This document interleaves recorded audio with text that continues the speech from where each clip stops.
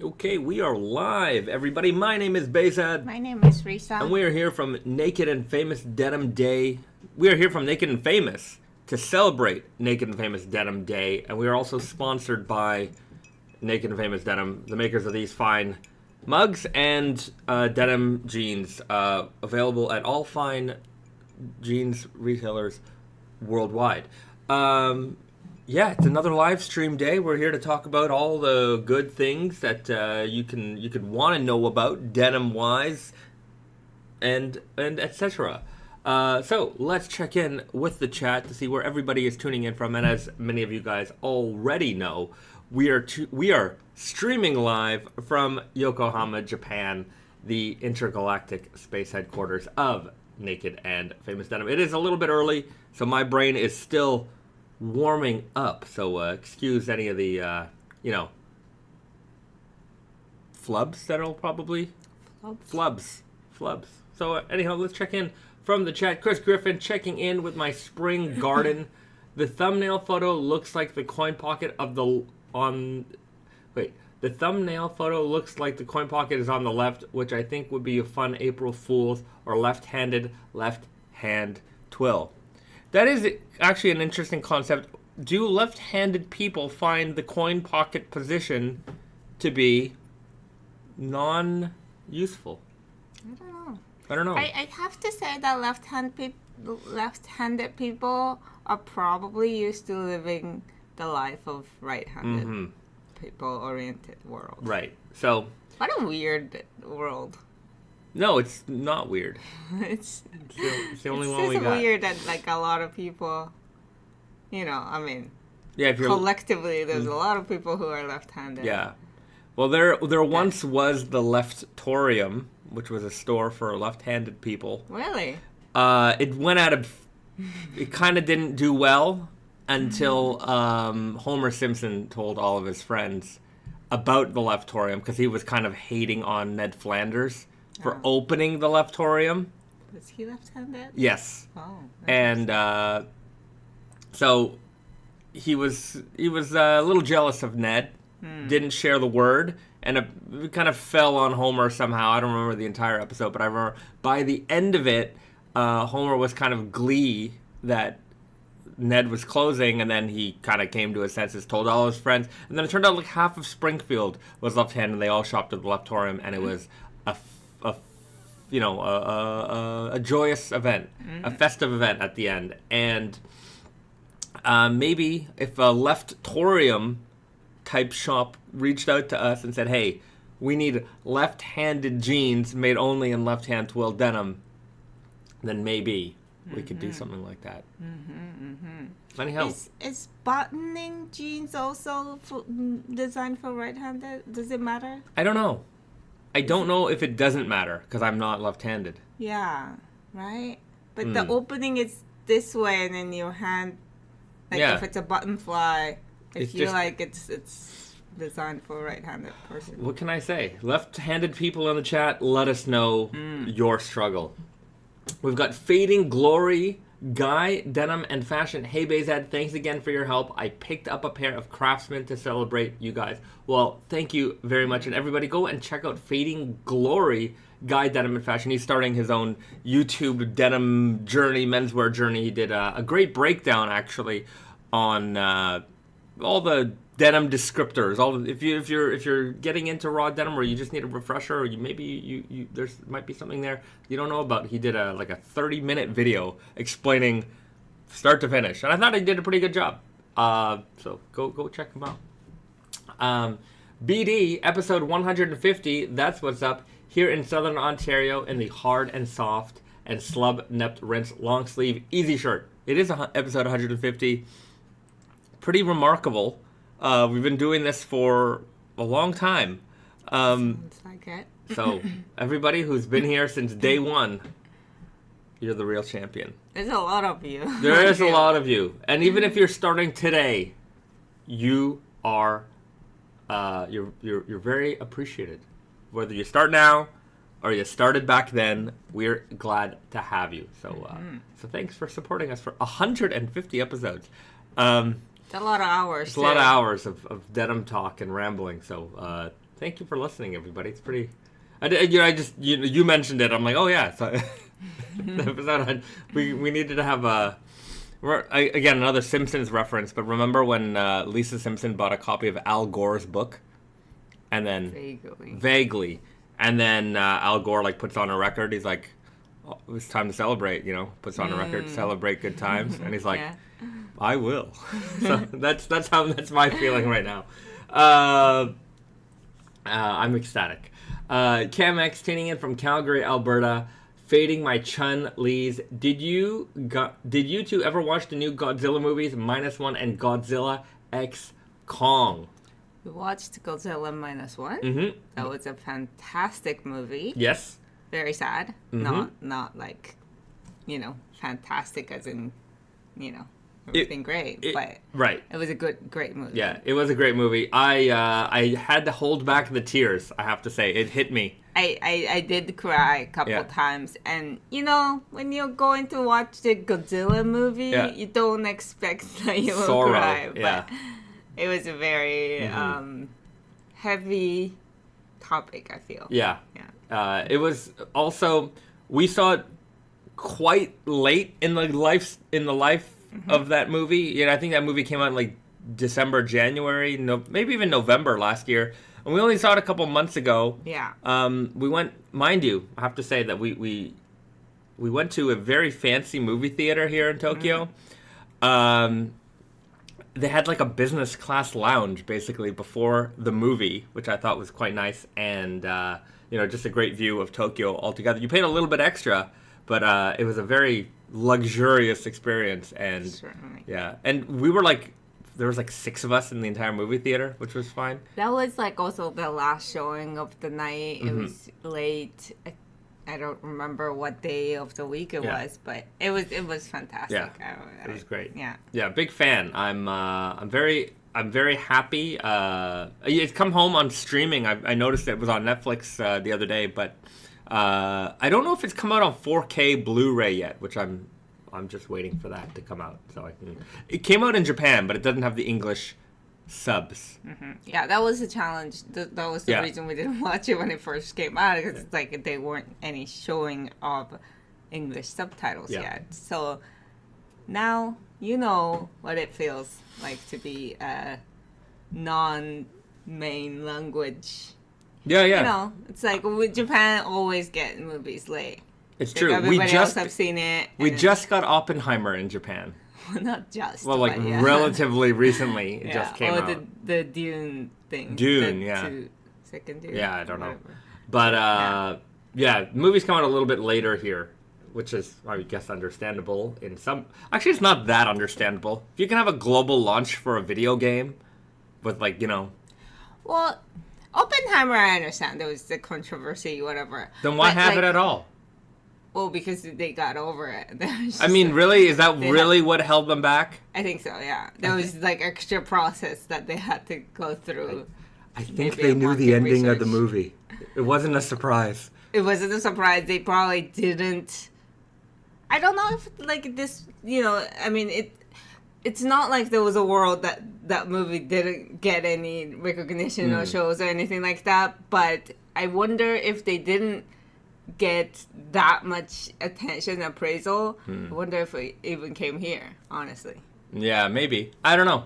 I haven't seen it yet, so I don't know. I know the ending. That's kind of the problem. Well, I mean... That's a bad joke, but... but I'm glad it came. We can still watch it, I think, in some limited amount of theaters. We should go watch it. Yeah, I think that's one you got to see on the big screen. Okay. Back in with the chat. Topher Cobra, hello from California. I'm enjoying the slub life in my new MIJ 12s. Well, I'm glad that you're enjoying them. Great choice of jeans. Shanks now, good morning from Sydney. Tried wearing Scratch and Sniff Hiba as pajamas last night, and the blanket smelled slightly fragrant. Nice. All right, well, that's great. That's a good idea. It's a very pleasant smelling jean. Yeah. Invis Ian's DC is in the house. DC is in the house. Rights W5. Hello from Birmingham, UK. I wore my nightshade for 5 hours back in the blue core now. Got to switch them up, get some hours in on your jeans, get those fades going. Arif, good to see you, my friend. Hello from Chicago in my Elephant 12s. 150 wears, 1 wash. Also wearing PK Aloha shirt in green, picked up from Central Men's Shop in Highland Park, Illinois. Great people there as well. Very nice. Relatively new and awesome Naked and Famous retail partner. This is very true. They've only had it for a little while, but very, very nice people there. Selvedge, hello from Scotland. Hello. Edwin, heyo. Finally, early. Checking in from California. Welcome to the chat, my friend. Southern Pa got toddler jeans. My son was born 3 days ago. Well, congratulations, Mr. Southern Pa. And we do actually have toddler jeans. You know what I gotta do, though? Don't buy them yet. Actually, they only started size 2, but hold on. There we go. Look up Skinny Boy on the website, and they start at size 2. They go up to 12, so if you could have a this picture tween is size. over like above certain size. Yeah. Like the toddler sizes have rinse wash and elastic. Yeah, and they have this elastic band, so you can adjust it. So you can buy it a little bit bigger and adjust it smaller, and then they can grow into it. Yeah. Selvedge. The thing is, and I forget what size. But sizes 2 to 6 are rinse wash, and then 6 to 12 are raw. Also, it looks like size 2 is sold out. Oh, okay. So size 2 might be sold out. Get the size 3 when they're a little older. I'm going to put these on sale at the end of the month. Oh, right. Yeah. I mean, 3 days old, they're not wearing jeans yet, but so. You can get them started early. I will put these on markdown for the sale happening at the end of the month. So be aware of that. Okay. I'm going to scroll down to the bottom of the chat. If I missed your comment, sorry. It's hard to keep up with everything. But if there's something you really want me to know about, then spam it in the chat. I'm happy to check it out again. What do we got here? Melody Murray, hello from Tucson. 109 degrees today, wearing my Sky High Selvedge. Good choice for the hot weather. What am I wearing today? Aloha shirt. This is the Vintage PK. Arif, sounds like we're matching. We're all matching. Huh? We're all matching. Risa's matching. We're doing it good. Got the G-Shock on the wrist. Ultimate Pima t-shirt, Wonder Looper, and my Dirty Fade True Guys. So these are coming on nice and good. You know, it's like this phone fade. It looks like it's a lot longer phone than. No, it is. That's what you get with that's the size. Yeah. Interesting. It's pretty huge. It's the biggest phone fade I've ever really put into a jean. But you know what I mean? It looks long and skinny. Yeah, compared to the phone. Compared to the phone. What can I say? That's just the way things look on the internet, I guess. What are you wearing today? I'm wearing the camp collar shirt and vintage PK. This is the ivory colorway. And then I'm wearing my trusted Strong Guys nightshade. Phone fade. What do we think? This is your phone That's fade. my phone fade. I do not put my phone in my front pocket. Yeah. This is weird if you do that. It I is. put mine in the back. Yeah. Which this might be. That's from a keychain. Is it? Yeah. But it might be coinciding. Oh, maybe. No, it's not. Not really. Oh, this maybe. Yeah. Yeah, back phone. I'm a front phone pocket kind of guy. Yeah. Just put it in your pocket. You know how we talk about, like, you know, sometimes your fade pattern don't match up with your, you know, knees, your fade, and it's just looks weird. Sometimes I feel that way wearing these. Oh? Because, I mean... They're not bad. The knees are kind of right. Knees are kind of right, but it's just like, you know, like, I was looking at, like, the back knee and stuff, and it's just, I mean, it's also prominent because it was loose, but, you know, it just kind of feels like, oh, it's not really my fade. Well, but then they're gonna. I gotta make my mark on these jeans. They're gonna intermix. You know, one thing I am looking forward to is like, you know, because the phone fade is quite like prominent here. I'm looking forward to a lot more fading in this area, so it blends in a little bit more. This for sure. Every time I go through security at the airport, they're always like, empty your pockets. And I'm like, they are. Yeah. And it just looks 3D. Yeah, and then they proceed to touch me. Maybe you should stop putting your phone in your front pocket. It's just, that's where it goes. I'm not gonna put it on my belt clip. That's not dorky guys. Yeah, I'm not gonna do that. So just put it in your pocket. Yes, I put it in my pocket. Yeah, but the back pocket, I feel like I'm gonna crush it. No. Brandon Edwards writes, the phone fade bothers me. Sorry, not judging. Just looks off for me. That's okay. You can judge. Juan Poeta writes, I'm a front phone right pocket guy. Arif also writes, front phone fades, otherwise I would sit on my phone. Right. Yeah, I think they do. But like when you put it in the front, you're also like, you know, folding it. But I'm not sitting in. Oh, you take it out. Yeah. Okay. Like my you phone have to take it out. Yeah, my phone comes out of the pocket when I'm sitting down. It's just when I'm carrying it around, it's in the front pocket. The back pocket is almost exclusively my wallet, and then because in Japan there's no garbage cans anywhere, my back right pocket is the garbage can pocket. So if there's a wrapper or something, it just goes in there. Yeah, and then when I find the receptacle, that's where it goes. Yeah.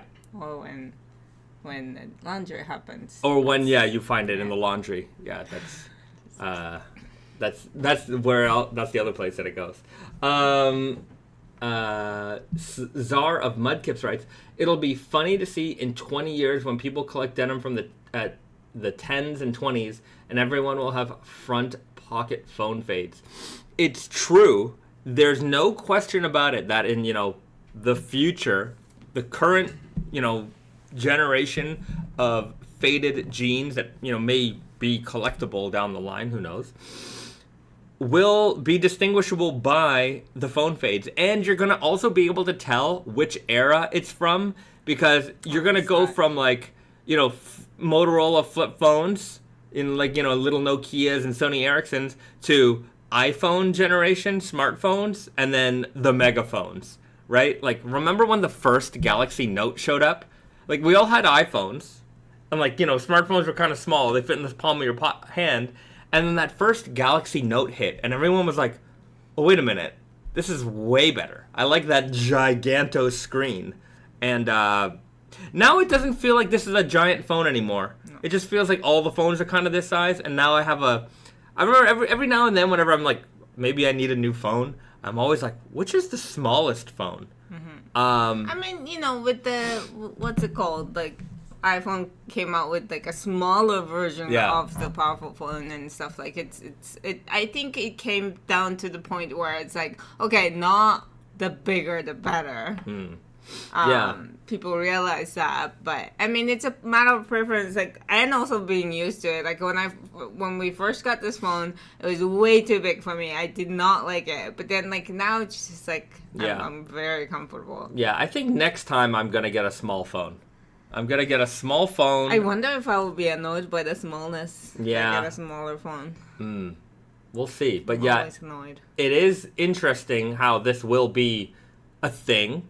I remember back in my early raw denim days, I had a buddy who kept his iPod in his front pocket, and you could clearly see, because I guess he had an iPod case on it, and the case, you had to have a little bit of room in order to touch that scroll wheel, and so the scroll wheel faded into the front pocket, and I thought that was kind of neat. And also back then, phones and iPods certainly was thicker.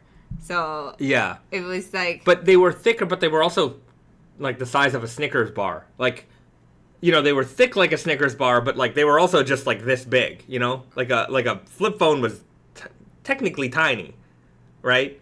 Oh, flip phone. Yes. Yeah. Yeah. So. But I mean, you know, I'm just saying that, like, you know, it makes a more prominent face as opposed to, like, thinner phones nowadays. Mateo Donnie, I review phones, so I get double front pocket fades. Well, that's interesting. You got to have all the phones on you at all the times. Czar of Mudkips writes, bring back the Motorola Razr. I think they did. I'm pretty sure they did. It's like a flip phone with it's one of those bendy screen ones. Yeah. You know, I was over Christmas, like Samsung was doing some kind of promotion, like trade in your old phone and you can get one of these, like, you know, new flippy phones. And I'm like, oh, okay, let's see. And, like, you know, I think they were offering like equivalent of like $300 or $400 if I were to trade this phone in on, like, as a credit towards the new, you know, whatever flip option they had. And then I looked at the price of that phone and it was like $2,500. And I'm like, $2,500? I'm not going to spend that much money on a phone. Just, I don't know. Just phone prices are a little. I in one way, I'm like, I get it. Like, I think this was like $1,000, and that seems like a big jump. Because it's like whatever we can do on this phone, I can do on that phone, and it doesn't do anything more other than flip. I mean, that's a fun little party trick, but I don't know. It's not that engaging to me. I think, you know, maybe 2 screen factor too. Yeah. Yeah. You know, I don't know. Whatever. But I don't know. I feel like, though, like regular phones like that, like, you know, one side just doesn't fold, also is very expensive too. And, you know, I can justify it if there's a lot of the technological changes, because you do spend more and more time, and you do more and more things with your phone. Like, I'm not, like, you know, you used to think, like, oh, computer is this much, why should a phone cost, you know, as much as a laptop computer or whatever. But, like, now it's like you do a lot more things on the phone than the laptop, to be honest. So but I don't do anything. I don't do anything important on a laptop, and I don't do anything important on a phone. Like, I am not writing a long email on a phone. I'm not working on Excel in a laptop. I need a big screen. I need, you know, a mouse, a keyboard, numpad. You know, at best, I'm doing emails on my laptop. That's it. But, you know, like I used to, until recently, I was like running my entire thing in a big screen from a laptop. Yeah, that's from a tablet, actually. So it's no, that's different. If but you're just using that as a brain, and then, you know, you're using a desktop setup, right? But my point was that, like, you know, it's not that much different. Like, okay, maybe camera is slightly better, battery life might be better, you know, processing is a little faster, but it's like this phone from 2020 to like phone nowadays that are equivalent, that are like double the price. No, not double the, you know. No, I don't see the value there. I just don't see the value there. So I'm not changing this phone until it's dead, basically. And I don't see that happening anytime soon. Everything seems to be running perfectly good on that. So I have to say, one thing great about technology these days is that it seems that it all goes the extra mile compared to when we were growing up. You know, things went out of date real fast. You know, even in the flip phone days, you know, you might have bought a color screen phone and thought you were at like bleeding edge technology, and then 6 months later there's just a way better color screen phone with a camera and this and that, and you're just like, what? Like, this is not even that old yet, you know? When you're young and have that, like, you know, you don't have a lot of money and have that was a terrible feeling. It was, terrible feeling. Mateo Donnie, I should have you on my podcast to talk tech. I would be happy to. I'm a retro tech enthusiast. I do like modern tech, but I like old stuff. Anyhow, give me a chat. Send me a message. We'll see what we can do. RiceW5 writes, my phoning phone is a Sony Ericsson 2.5G. I use a smartphone as an internet device and no SIM card in it. I do not use any phone as a phoning phone because I don't call anybody and I don't receive calls, and I only have internet on my device. No, you don't have phones. I guess I have a phone number, but I've not ever dialed out from it. Perhaps. I dial in sometimes to you. Maybe through WhatsApp or something, but like... No, I always try to call you, but you don't pick up, so I try the other methods. Yeah, there's not... This is all... My phone has only missed calls from, like, spammers, and every now and then Risa called me on September 13th, 2023. No, I called you more recently. See, yeah. April. In April, yeah. There you go. Okay. Over a flashlight, I often get the most expensive phone, but I just use them until they are dead. Yeah, that's a great way to do it. Just buy a good one and then, keep it going. 4 years ago. That's what we did, yeah. Shang Style, right, Bahzad. Samsung flip performance hardware feels like a generation behind, so you're only really buying for form factor. There's also a fold one that flips sideways, which is a little bit better performance, right? I can see the appeal.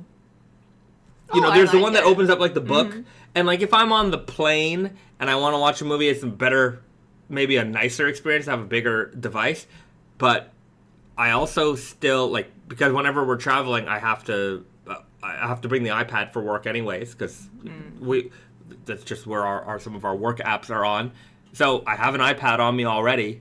Yeah, I have a laptop. I just don't need so much stuff. I just find I kind of have it covered. If one device was everything, then it might work. But but it's like traveling is not like an everyday occurrence, and I can see a benefit of having a bigger screen with the phone that you use, daily. You're gonna open that thing up every time you want to open up Instagram. No. But if you're sitting in the bed and like scrolling your phone, it might be nice to have a bigger screen. Like I definitely see the upside of that design. Right. It's just. It's a lot. Yeah. It's a lot. Yeah. Arif writes, traveling minimally with tech is challenging. It is challenging. This is one thing that I really strive to do, because when I travel, I tend to overpack, and then I try to take a bunch of stuff out, and then by the time I get to wherever my destination is, I realize I've still overpacked. I'm like, oh, do I want to bring my, which game console do I want to bring to play games? And I'm like, realistically, I have a Steam Deck, which is great, but it's huge. Hold on. I gotta show you. But, I feel like you over-prepare for the tech aspect of it. But I think you will pack light in terms of clothing. I always want to pack an extra set of, socks or underwear or something like that. It's just so that in case something happens, you get, coffee all over you or whatever, you're fine, you're covered. Whereas and you do that, it's like you pack the same number of underwear and socks as you as the days. You have no room for error there, but you have so much room for error, I'll bring in case I want to play this. Right. So these days, the last where did we go? In January, February travel, I brought this, and this thing is a clunker. It's big. And then it comes in this case, which makes it even bigger, and it's it just doesn't fit comfortably in my backpack. And aside, like you were saying, I generally like to pack pretty light. But if I have to bring this, I have to bring an iPad, and I have to bring a laptop. It's just a lot of stuff. And so I prefer to bring this thing, it's the Analog Pocket, and I'll play older games on this. And I like this because it's just very sleek, very small, fits in the pocket, Can't do that with this. I wish they made a smaller version of this. Just make it... I don't care if the screen is tiny. Just make it small. I want to be able to, Switch. Nintendo Switch came out with the smaller one. Yeah, I do like that form factor of the smaller Switch. We have one, but, I prefer PC games. They don't make...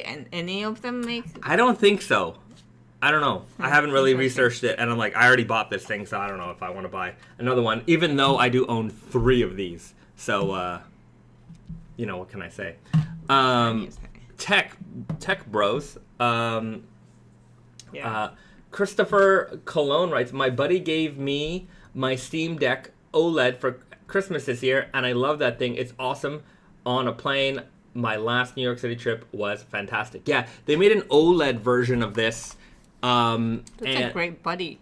Yeah, that is a great buddy. What a nice guy. I was a little jealous that they made an OLED version of this because, I bought this during like pre-order time, and these just weren't available, and then finally mine shipped. I got it. They had to ship it to like the Montreal office, and then I got it when I went to Montreal. So I had to wait so long to get this thing, and then I got it, and then it wasn't that much later that they made an OLED version. And I have to say that for like the first...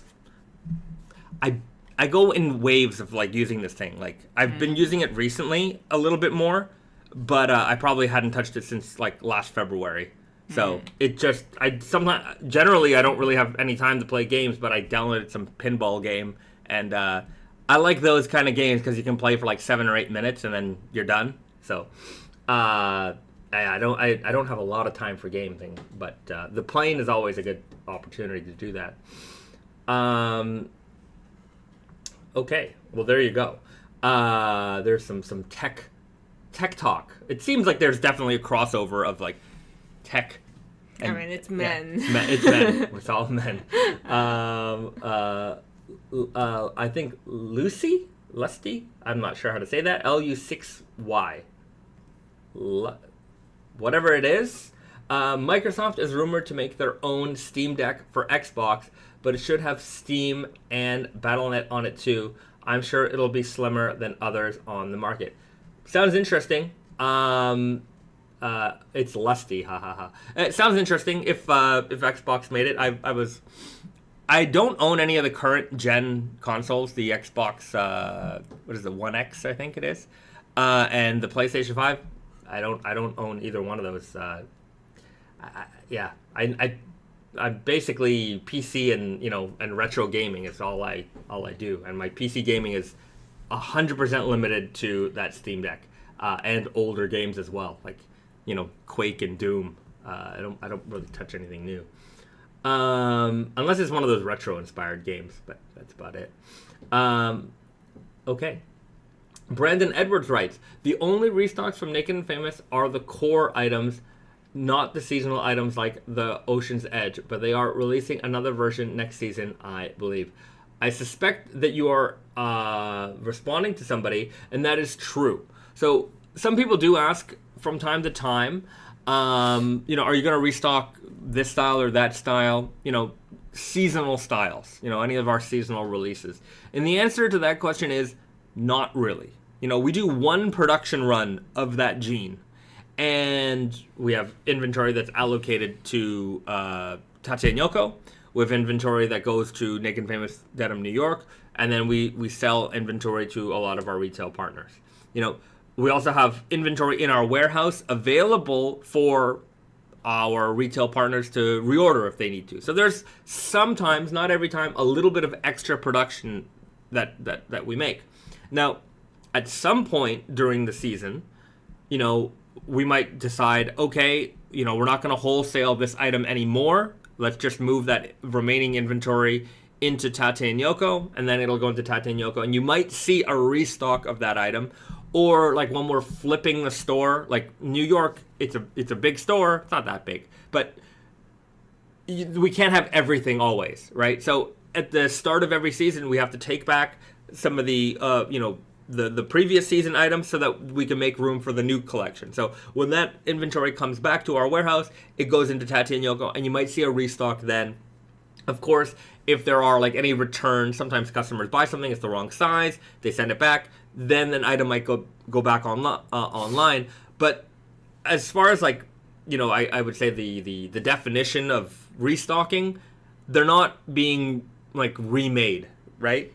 They might be put back in the stock, but it's all from the single production run that we did. So there's not going to be any meaningful restock, like, all sizes, all fits kind of things. But I tend to keep the products like alive, like visible on the front side if it's the current season stuff, so people can like sign up for notification in case that, like again, like if we get like a sizable returns or just, we move from like a wholesale warehouse to a Tate-Nyoko warehouse, there's going to be a bunch of units, and we want people to be notified if you wanted it and you missed it and things like that. So like, I would still, if it's something that you want that's sold out, I would still sign up for notification on the website. Who knows what happens? Sometimes it's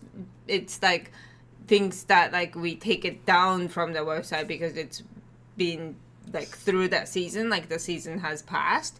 I'll hide it at that point, but then the notification stays alive. So once it gets restocked, if it gets restocked, by any reason it will get. Look, sometimes we find a missing box in the warehouse, and something comes alive again. It's happened. Sometimes things are misplaced and they get put online later on. Every now and then we discover a couple of rolls of denim that might not have made it to the factory. Somebody forgot to ship it, and it's like, oh, we can make 50 pairs, right? So those things happen from time to time, but generally speaking, if it's a seasonal item, get it during the season. That's the best time to get it. Here's some. Let's do some high level pro tips here. If you go to nakedandfamousdenim.com, so I know we have a lot of websites, but nakedandfamousdenim.com, that's the main website. If it'll only load, I'll show you how it works. Well, it's main, but it's not shoppable. Correct. For some reason, it is taking a while to load, but hold on a second. So if you go to nakedandfamousdenim.com and you go to news, this is going to show you all the blog posts for all the products that we, might have released that season. So, say for example, you're looking for something a little bit older. Let's pull up an older blog post. Okay,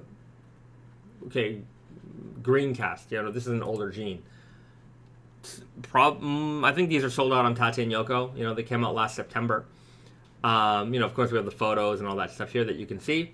But we also, on every product that we release, we have a retailer availability list. So if there's something you don't see on Tate-Nyoko, go and look through this list. You would be surprised how many like older styles you might be able to find on one of our retail partners' websites.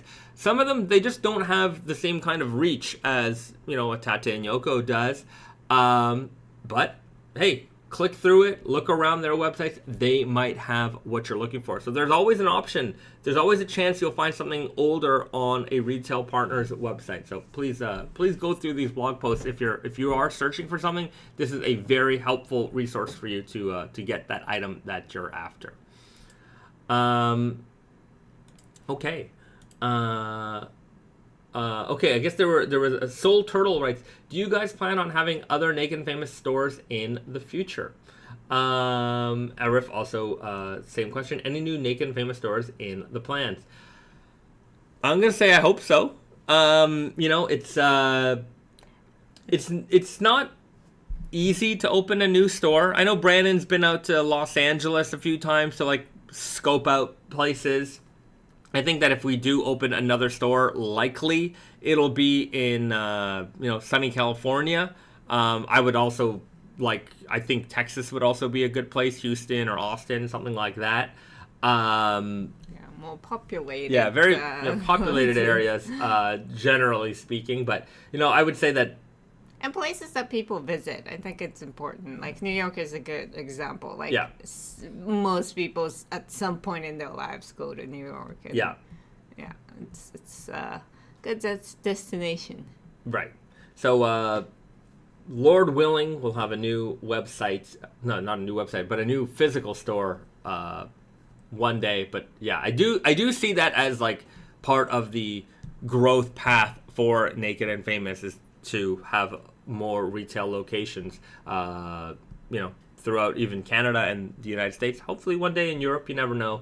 My dream is that we are something akin to the Gap, right? And that in the sense of, if you look at the history of the Gap, it was a like, you know, maybe the people's impression of the Gap nowadays isn't what it was when it started, but when it started, it was like a denim retailer. It was like, you know, they sold all kinds of brands of jeans, and then later on they started doing their own private brand and things like that, but they were just a jeans retailer, and they opened up all these shops everywhere, so like they were the denim destination. So that type of thing, you know, replicated over and over.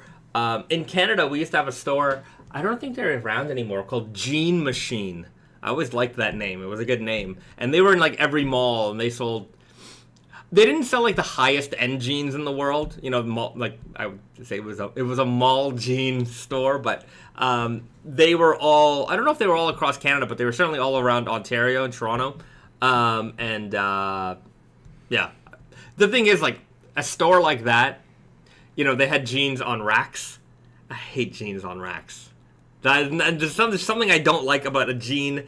Like, for a display, you know, you're going through the display, that's one thing. But, like, to have, like, that circle rack of just, like, a million jeans and you're, like, trying to find your size on that, I don't like that. It's like, you know, I think it makes you think of discounts, you know, kind of places, maybe. Right. Yeah, everything is on the rack. Yeah. I don't remember if everything was like that, but, like, certainly a lot was like that. Right. Yeah. It's the balance should be the little bit of things that you want, like, because you can't always have like everything folded up. You know, anytime you want to see it, take down from the shelf. That's also annoying too. Right. So I mean, our New York store is a good example. You want to have things that you can touch and look at, like there, but majority should be on the shelves neatly. You know, stacked up. It's hold on a second. This is what the store looked like back in the day.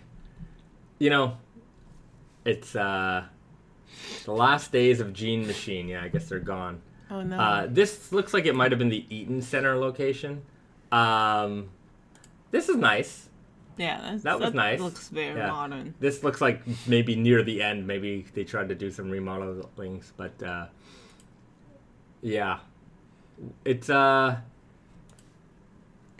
definitely a days mall gone by. Style. Yeah, mall store. I bought my first pair of flared jeans at Jean Machine. Yeah, but it's tough, you know. That's the last days of Jean Machine. Look at that cool Levi's sign.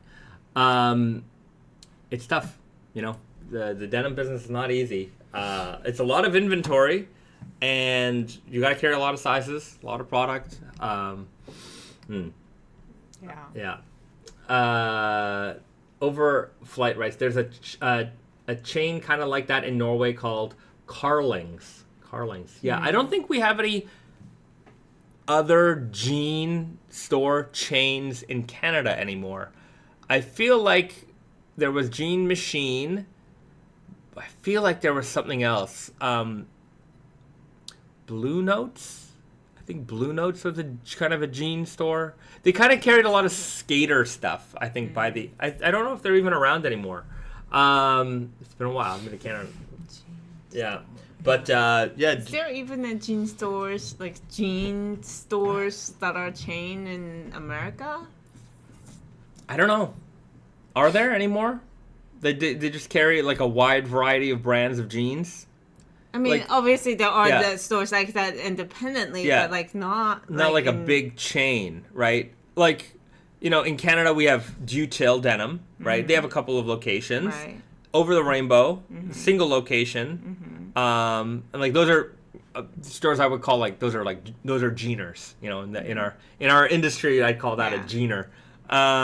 Jeans. Yeah, jeans in Montreal, which is the greatest name of any jean store ever. MC Dizzle writes, I don't think I've seen any Blue Notes lately in Vancouver. Yeah, it seems like I haven't been to a Canadian mall in a while, but it seems like that kind of level of product.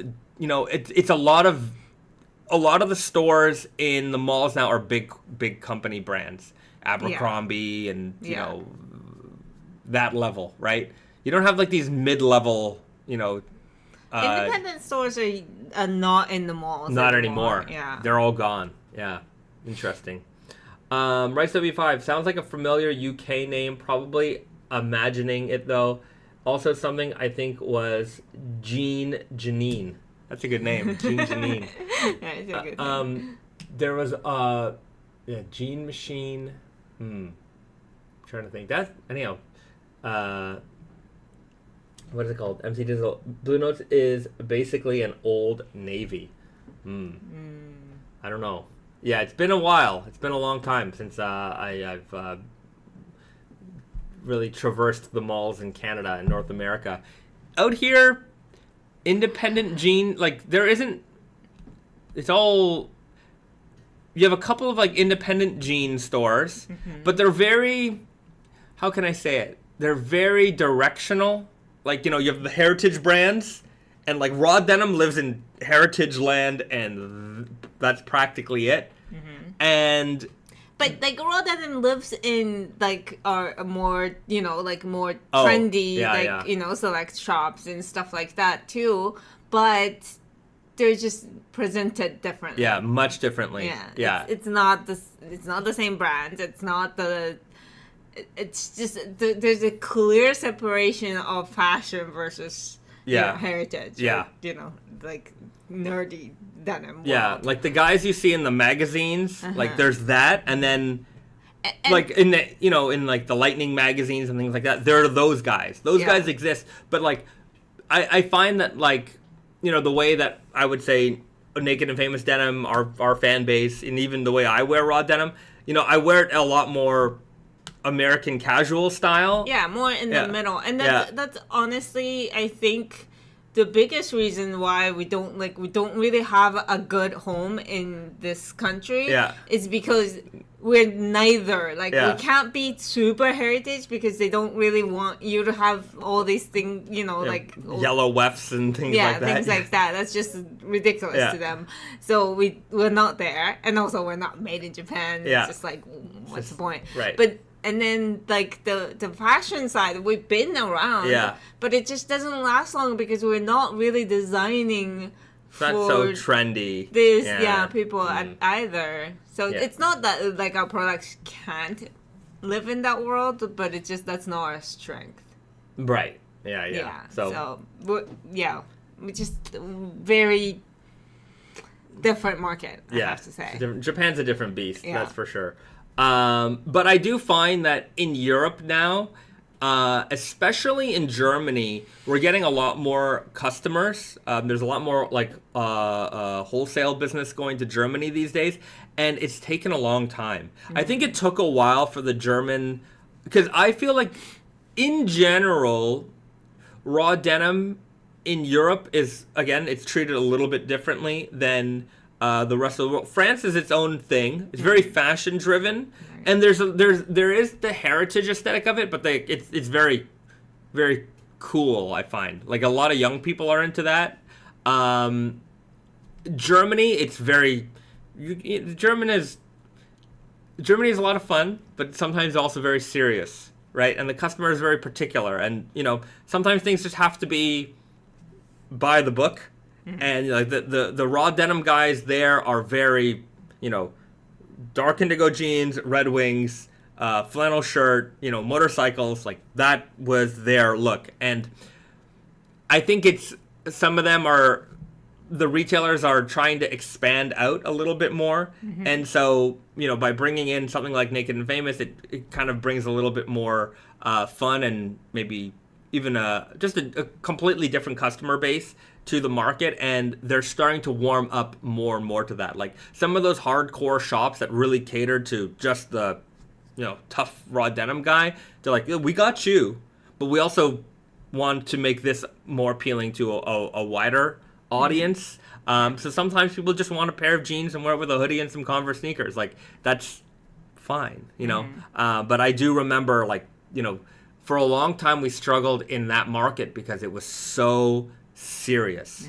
And we would show up, we'd be in Germany and we'd go to a trade show and we'd be wearing sneakers.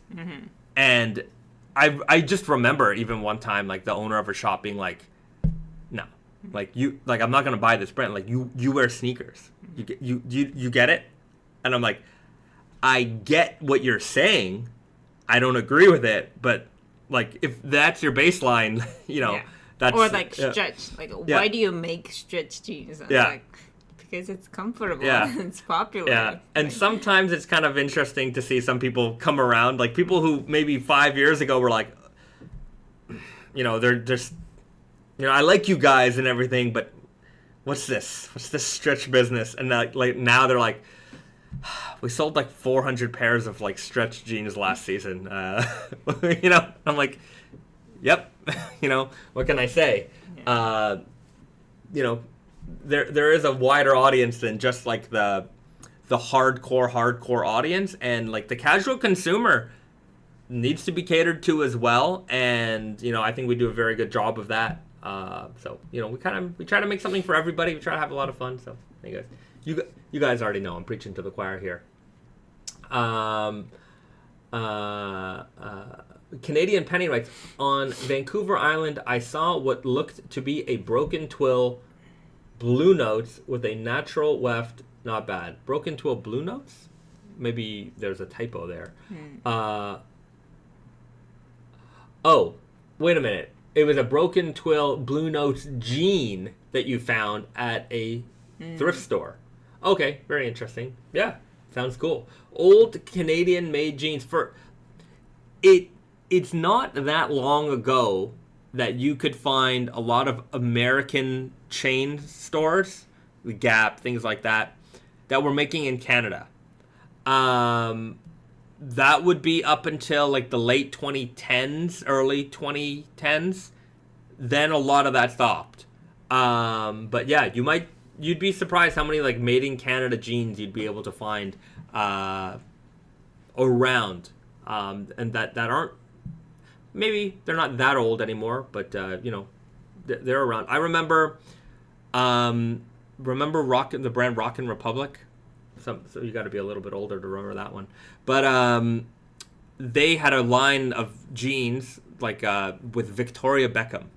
So they had like little crowns on the bum, and they were incredibly popular. When I worked at the denim store, we sold a ton of those. Like just you couldn't keep them in stock.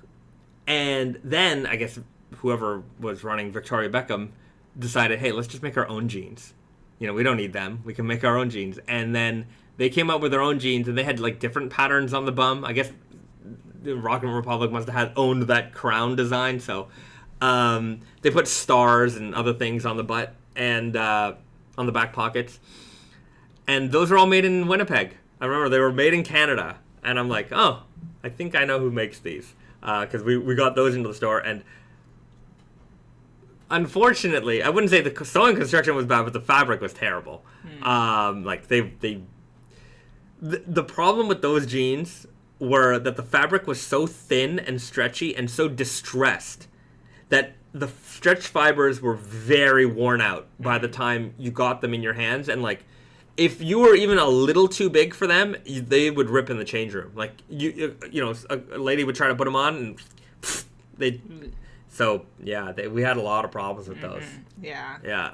I mean, it's and they were like $400. Oof. Yeah. It's just like one of those things where like we also all learned through the development of things. Like we could stress to the max with cotton because cotton is a strong, thing. Whereas like elastane isn't that strong. It can't withstand like, massive amount of chemicals and like burning and sanding and all kinds of things as well as cotton. Right. And another thing is like these days, one thing I do find a little bit lazy is everyone basically has like a basic stone or bleach wash, and they're kind of like, they're very expensive, right? Some of these jeans are so pricey, and I'm like, that is as basic a wash. Like, that is the baseline basic wash. Absolute you want to wash, you want a stone wash, you want acid wash, you want bleach wash, here we go. That's it. That's as cheap as you can get, and like, they're like, oh yeah, this stone wash. I'm like, I'm I guess coming from, I used to work for Diesel and like working in that shop, and we had all kinds of like, that was the era of distressed denim, and especially coming from Diesel, the amount of like effort that they put into like hand finishing the jeans and like staining them and like genuinely trying to make them look, you know, sometimes they were goofy. Let's be real. They put rips and tears in all kinds of odd places, but like they worked so hard to it's a lot of work. Yeah, distress that denim, and you know the Diesel jeans would be like, you know, in the 325, 285 mark, and you know, to see like a basic stonewash come out at the same price, and it's just like, I guess at the end of the day, the customer just buys what they like, you know, but yeah, and the customer doesn't think what it takes to get to that. It's the basic stonewash and a lot of effort distressing, like the cost difference, like is the first thing we think of when we see it. Yeah. But for most people, it's just like you like it or you don't. I guess so. And it's this brand, so the jeans would be like $300 regardless of what it is. Right. Yeah. Sometimes. So sometimes I'll see like a brand, you know, that sells pricey jeans, and they're selling, you know, $300, $400 for like a basic stonewash, and I'm like, there's nothing to this, you know. There's nothing to this. Like, there's all kinds of other, you know, equivalent products out here for a fraction of the cost. Like, you're not really selling me on the quality of the denim or the quality of the wash. It just seems like you're pulling prices out of your butt. I don't know. But that's why building brands, like, you know, brand image is so important, because people are willing to overlook anything. Oh yeah, that's true. You know. If the visuals are amazing, then it doesn't matter. I have to say that that is a lot of brands have really figured that one out. I mean, that's the whole kind of business. And then it's understandable, like, not everybody can be really into, like, how things are made you know, what's the good value. I guess they never were. Let's be real. They never were. Over here we are. But, I guess I look at things in a totally different perspective when I'm looking at product.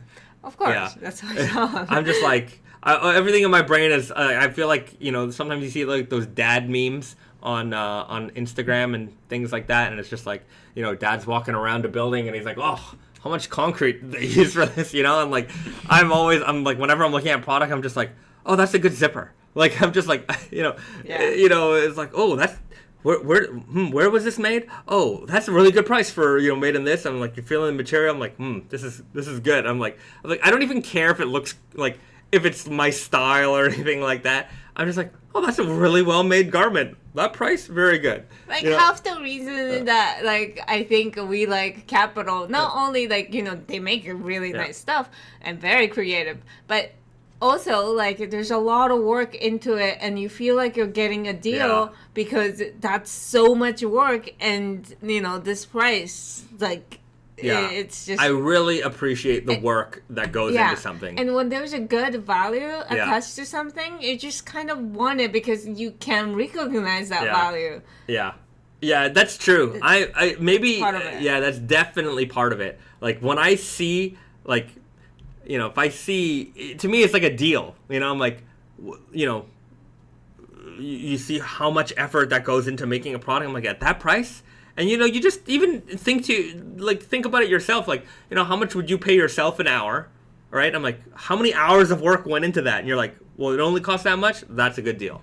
Right? And, like, you feel special if, like, it, obviously, if you like it and you want to wear it, then it makes you feel special. Like, it's like, this was real, like, a lot of work went into making this thing. I got it for a great price, and, hey, everybody's happy, you know? So, yeah, I do like to balance that. Somebody in the chat last week, not in the chat, but in the comments, I guess last week we talked about Naked Famous's, like, position price point wise, and I was like, yeah, I think we have, like, the best value out there.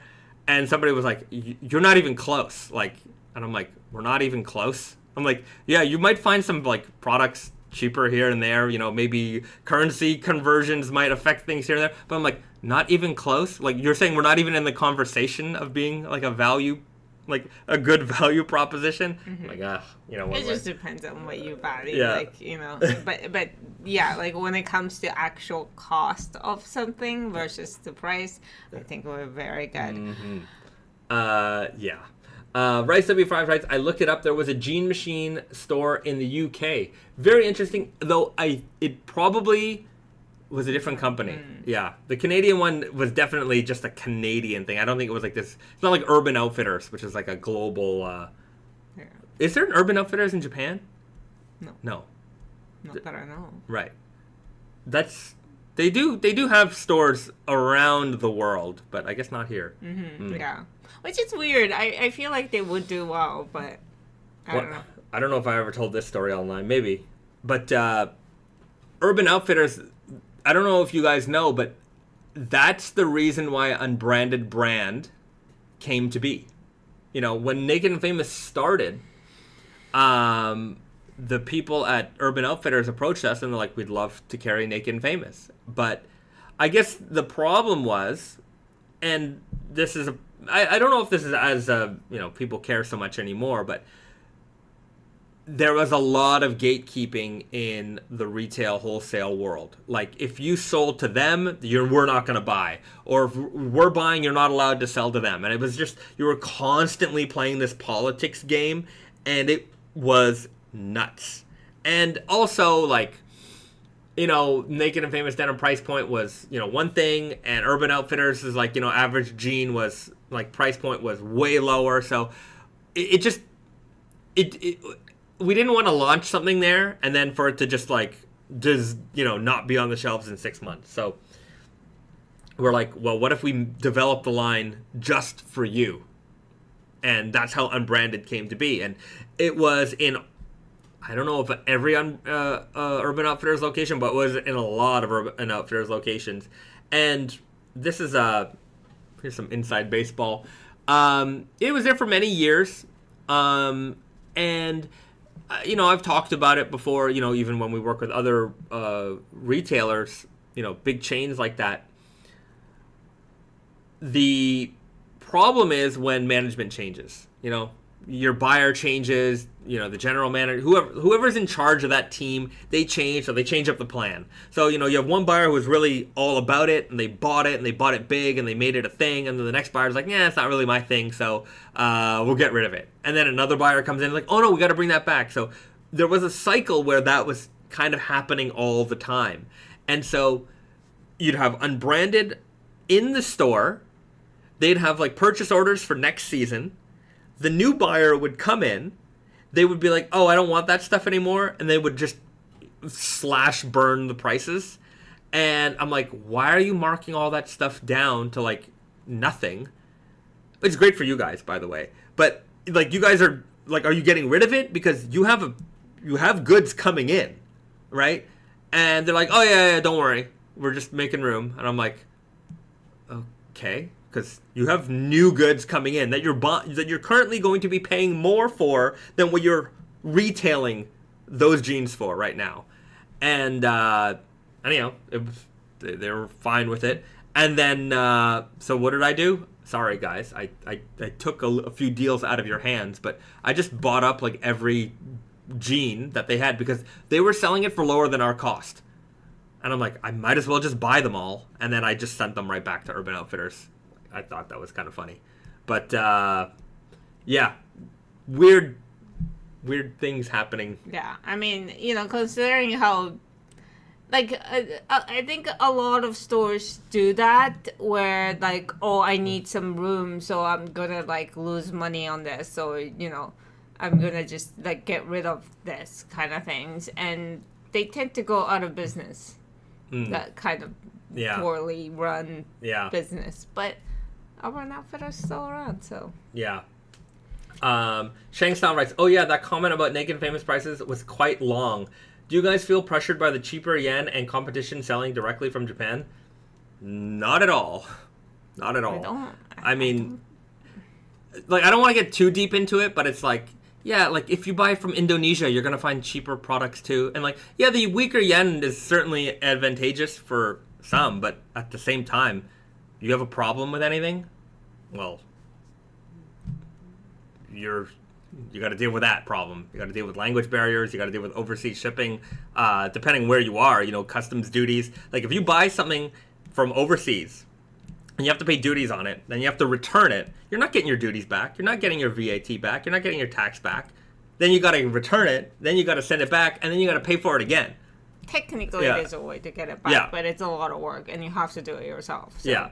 So. Yeah, I mean, there are little things here and there. You might find a price that is maybe a little bit better or equivalent on a jean that might have been more expensive, but that's just currency fluctuations. That's not it's not a long-term thing. It's these things happen, but I still think as far as the level of newness that we offer, custom fabrics that we offer, like we're putting out a lot, and it's like And the thing is, like, I don't think we're competing in that sense. No, not even. We're just not, like, if we're very similar brands out of Japan and, doing that kind of stuff, okay, maybe we'll be a little pressured. But I don't think there's anybody like Naked and Famous, especially out of Japan, that we need to worry about. Like, it's just completely different. Like, I don't really, like... Yeah, as far as like not being worried, I don't know if you guys saw on the Indigo Invitational people. So they're running that giant worldwide fade contest, and every now and then they put a few stats about like what's going on in the world of this fading contest. And the other day they put out like, here's the percentage of brands represented in the fade contest, and it was like number one was a Japanese brand. A very much more expensive Japanese brand than us. And then number two was Naked and Famous Denim. And everything else was slight fractions. We're like, the two of us took up like the majority. I wouldn't say the majority, but the biggest chunk of percentage. And then everybody else was like fighting for like last place. And so, I'm not, competition-wise, I'm not particularly concerned. I think I'm very confident in our pricing. I think we offer the best value. You might find a cheaper price here and there, but look, we have all kinds of prices across the board. We have a wide variety of products. We have the widest variety of fits. We have the widest availability. We got the best customer service. You can find little things here and there, sure, but I think overall, come and get it. And hey, if you want lower prices, we got Unbranded brand as well. We got our sale section. Come and compete with that. So there you have it. Magi24 writes, will you add PayPal to Tatsuya and Yoko? I don't have a credit card. Okay, Magi, we will not add PayPal to Tatsuya and Yoko. PayPal and Tatsuya and Yoko have had a up and down relationship over the years, and that's all I can say about that. So we don't have it on Tatsuya and Yoko. If you don't have a credit card, oftentimes your debit card also has Visa functions, so you can use your debit card as a credit card, and or you can get a prepaid credit card. Those also work as well. So there's always a way to get us paid, but the Tatsuya and Yoko PayPal relationship as it stands is non-existent. So yeah, we've had it before. We had problems. I think also if you have like Apple Pay or something like that, or Google Pay. Oh yeah. Yeah, Google Pay. Android Pay, I don't know what it's called. Apple Pay and Google Pay, they work with Shop Pay, I think. So right, it should work somehow. Yeah, it does. It's not necessarily credit card. Yeah. Yeah. Okay. BD writes 10% Naked and Famous and 2% Unbranded, 1% under their top brand. Yeah. So between our two, Naked and Famous, Unbranded, we were up there. Yeah. As far as value, you can find little price differences here and there. I wouldn't say that they're majorly significant. And as far as the variety, speciality of fabrics that we're putting out, the amount, we've got something for everybody. Like, we literally have something for everybody. So, yeah. There you go. I'm confident in my step. There was also somebody the other day who, I don't know, sometimes, I guess the last episode of This Week at Tate and Yoko, somebody wrote something like, real men don't wear shorts. Something like that, because the boys were wearing shorts. Terry and Maxim, they're cyclists. They like wearing their shorts in the summertime. They turn some of their jeans into shorts, which we do as a pretty common alteration. And I was like, well, clearly you don't know about John Cena, right? And I don't know. It just sometimes these like that's true, right? That's true. I'm like, real man. You're gonna tell me John Cena's not a real man? I don't know about you, but he looks as like manly as he can get. Pretty much, right? And then, I don't know. Like the conversation like devolved into, and I'm just like, sometimes I just try to make light of like a. Sometimes I don't know if the comment is like genuinely nasty or if it's like someone's thing, right? Someone's just poking. Yeah. And so like I try to like dissolve it with a little bit of humor, and then sometimes people are like, nope. That was a nasty comment, and I'm gonna keep it nasty. And I'm like, I don't know what to do. Like, it's just sometimes I'm just like, I don't know. It's just, okay, fine. You're right. Men don't wear shorts. I'm like, what? What a weird comment, also. Real men don't wear shorts. I'm like, real men. This is a philosophical debate, but. It's just, matter of opinions, actually, but it's a very good comeback for that comment. Yeah, comment. Yeah, it was like, I don't know, it went into like the wrestling debate of like, that John Cena ruined wrestling. Well, I'm like, ruined wrestling? I'm like, what? And he's like, yeah, the WWF was like the best, and he's like, and he made like some kind of steroids comment about John Cena. I'm like. You're talking about steroids? I'm like, you want to know what the WWF looked like in the 80s and 90s? If you walked into an arena, it just smelled like beef. Like, the amount of steroid, it was in the air. Like, let's be real here. Yeah, I don't know. It's just one of those weird things where I don't like it when people take shots at like our staff and things like that. And I don't know. I just sometimes I try to dissolve it with humor, but I don't know, sometimes it doesn't work. But a weird one. I was like, okay, whatever. Yeah, every now and then, like, and I don't delete comments. Every now and then I have to delete a comment. Just because I'm like, that is too far inappropriate. And I've had to like ban people here and there who just they go some people go nuts. Yeah. And I'm like, you. The internet is, Is this the channel that you think is filled with, like, vitriol that you need to, like, hate on us? But what I'm saying is that, like, those features exist on, all kinds of platforms because, it's just, like, mostly it's fine. It's just that certain things needs to be, just taken care of. Right. We have a solution for that? Yeah. No problem. Yeah. Christopher writes, it's a weird thing saying the real men thing, but pretty sure it started with the quiche thing. Okay. Real men don't eat quiche. All right. Sure. I'll accept it. Why not? Real men. Well, you did say real men don't eat yogurt, so. Real men don't eat yogurt. Yeah. Okay. Kenny Ingram. Yes, I'm the one hater that dislikes all the live streams. I knew it. I knew it was you. Well, thanks for tuning in every week, regardless, because it really helps the algorithm and it helps us out. Every view you give us, whether you hate watch us or you love watch us, you're watching us. So I appreciate you being here. Antoine writes, speaking of Tate and Yoko and stuff, do they do repairs? I'm a crotch ripper. I need help.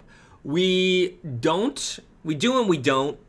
Repairs have to be done like as walk-ins. If you bring it in, we can do the repair. Although I think our repair lady is not Yeah. She's not around as much anymore. She's very old. Yes. And I think she comes in whenever she wants. Yeah. So we love her. Not like it's not a crucial. It can be a crucial part of our business, so we don't treat it like that, and that's kind of why we don't hire for that position, I guess. Also. Right. But, literally, she comes in whenever she wants. She can come in whenever she wants, whatever hour she wants. She's like this old Italian lady and sings beautiful opera. She's a beautiful singer. And she just sings and she sews. It's really, really nice. But, if she comes, she comes. She doesn't come, she doesn't come. So, like, we're not... I think because of her infrequentness lately, we're not doing repairs. Just... If you have any kind of repair, just bring it to your local tailor shop. Really, anybody can handle patching a crotch up, patching up your knee. That's a very basic job. But I must say, wash your jeans before you bring those to them. Do not, we won't, at Tata and Yoga, if you bring in your jeans for repair and they're not freshly washed, that means washed right before you brought them, we ain't touching them. Nobody wants to take your smelly jeans. You might enjoy your smelly jeans, and I can appreciate the way your smelly jeans look. I just don't want to deal with your smelly jeans. And wash it with soap. Yeah. Don't just rinse it. Yeah. So you can understand that, I would hope. So bring it to your local tailor shop.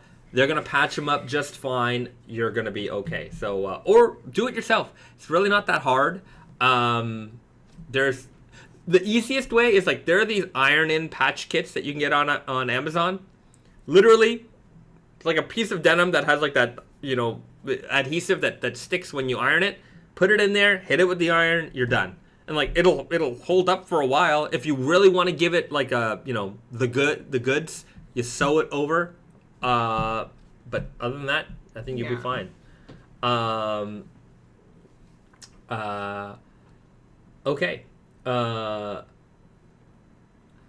Jameson Keating writes, real men have real eyes, and real eyes realize real lies. All right. I love it. I love it. That's wonderful. I love the way that sounds. Real eyes realize real lies. That's it. It's very long. It's perfect. Okay. It makes sense.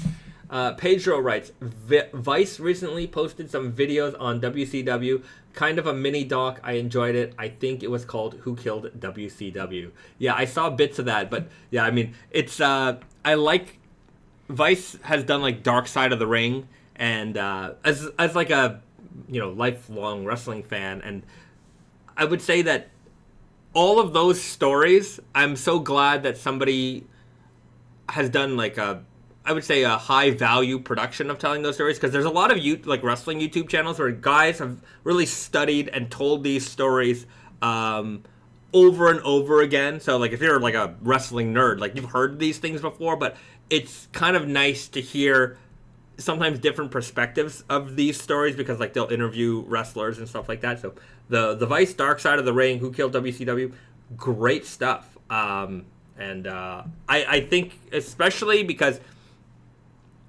it's all of these stories kind of cover my era.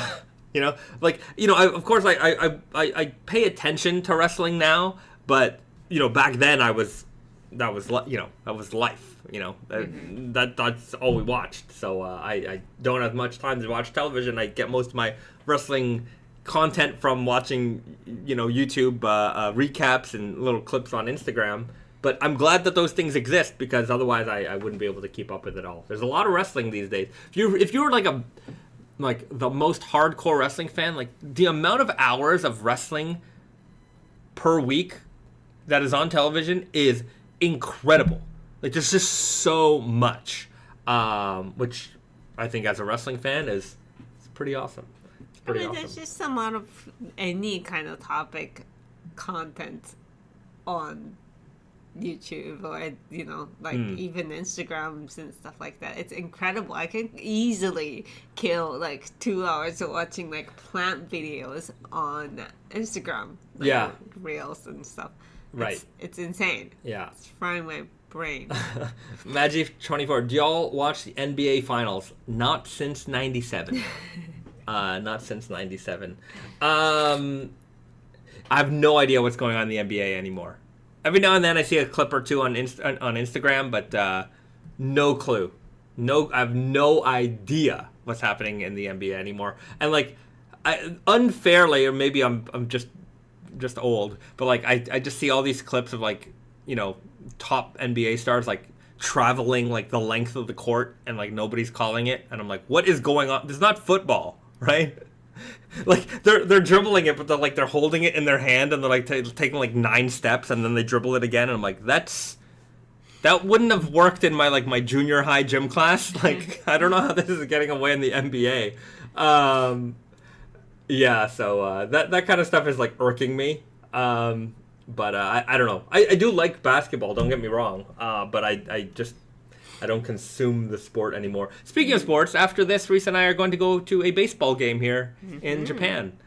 Who are we seeing? Giants versus Oryx. So if we got great seats, by the way. So if you're going to be watching live, you might see us right behind home plate. Even recaps, I'm sure. Yeah, I'm gonna make myself. I think maybe we should wear this so that we're very matchy and identifiable. Maybe. I thought maybe we'll wear Wonder Looper like vivid colors. Okay, so you'll see us watch the game. I'm gonna do crazy emotions and see if we get on the highlight reel. They said the word in the seats. The word like our faces might be cut off. Oh, okay. But you might be able to recognize what we're wearing. So try to catch us if you're watching the Japanese baseball today. Okay, guys, I want to ask you for something. It's that time again where I'm going to ask you for your kind donations of likes. If you hit the like button, I will like you. If you don't hit the like button, I'll still like you. Because you're watching it. Because you're watching it and you're so nice. But I do like it when you like these videos. So do us a little favor. Show us some of your appreciation. Hit the like button and that's all. And subscribe if you haven't already. You also have an infinite amount of likes that you can use. There's no limit to how many videos you can like. Yeah, you can like at least 150 of these live streams. You can go back, hit the like button, just to do it. It's such a nice thing to do, and we appreciate all of you guys for taking the time out of your day to hit that button. So, thank you, everybody. Jameson Keating writes, "Shit, B, that's all you had to say." Well, thank you very much. Pedro writes, wear those matching tees and you'll guaranteed to get on the Jumbotron Kiss Cam. Maybe we'll get on the Kiss Cam. Do they do Kiss Cam at Japanese baseball? I don't think so. They do not. Yeah, they definitely won't. We got these tickets because one of our suppliers was like, hey, do you like baseball? And they gave us these tickets. But they were like, just so you know, you're probably going to be on TV. Yeah. And I think, I think he was kidding. Yeah, but I think the insinuation was, don't bring your mistress because you might end up on TV. And I'm like, yeah, you're not insinuating that to me because obviously I'm sitting here with my wife as you're offering us these tickets. But I can imagine that maybe in some of your other business instances that a problem like that may have occurred. What did we get? Your shoes. Oh, really? Let's do a live unboxing. Tiger Squad CA. Anyone know how to stream Tokyo Giants in North America? I do not know. Pokemon announcement for episode 151, Jameson Keating. Very good. No Pokemon announcement, but I was very busy at work this week putting together Godzilla stuff. So that is happening. Yeah, I'm looking forward to it because the leather patches are going to be so sick. They have such good artwork for me to use, and inshallah, everything that I plan will be able to be allowed. Because sometimes, when you do these collaborations, they have their art guides and how everything needs to be presented. And I'm gonna say that Japanese companies sometimes They might give you the rules, and then they're like, yeah, but we'd prefer you don't do that. And then they like want to change things up a little bit here and there.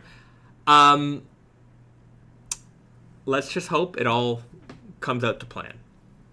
So we'll see. We'll see. It's gonna be good. I'm very excited. I'm hyper excited. Also, not signed yet. So I'm definitely jinxing this unless I knock on wood. So I just did that. Ghost in the Shell. We're working on that one right now. And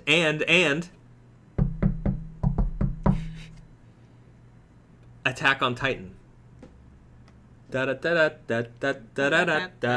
So if you're an anime fan, we've got some more anime coming your way. Ghost in the Shell OG. So I think that's going to be a lot of fun. Like I'm like, I actually want to watch it this weekend just to like bring back some memories. I remember watching, for me, anime was like Sailor Moon and Dragon Ball and, kiddie stuff. And then I saw Ghost in the Shell. This is maybe like in 6th grade or something like that. I saw it and I'm like, number one, I didn't know you were allowed to draw a titty. Like, the idea of like anything nude in a cartoon was American comics have. But they didn't show it like bare. Like you might have had. They're like very close to. What can I say? Okay, that was number one.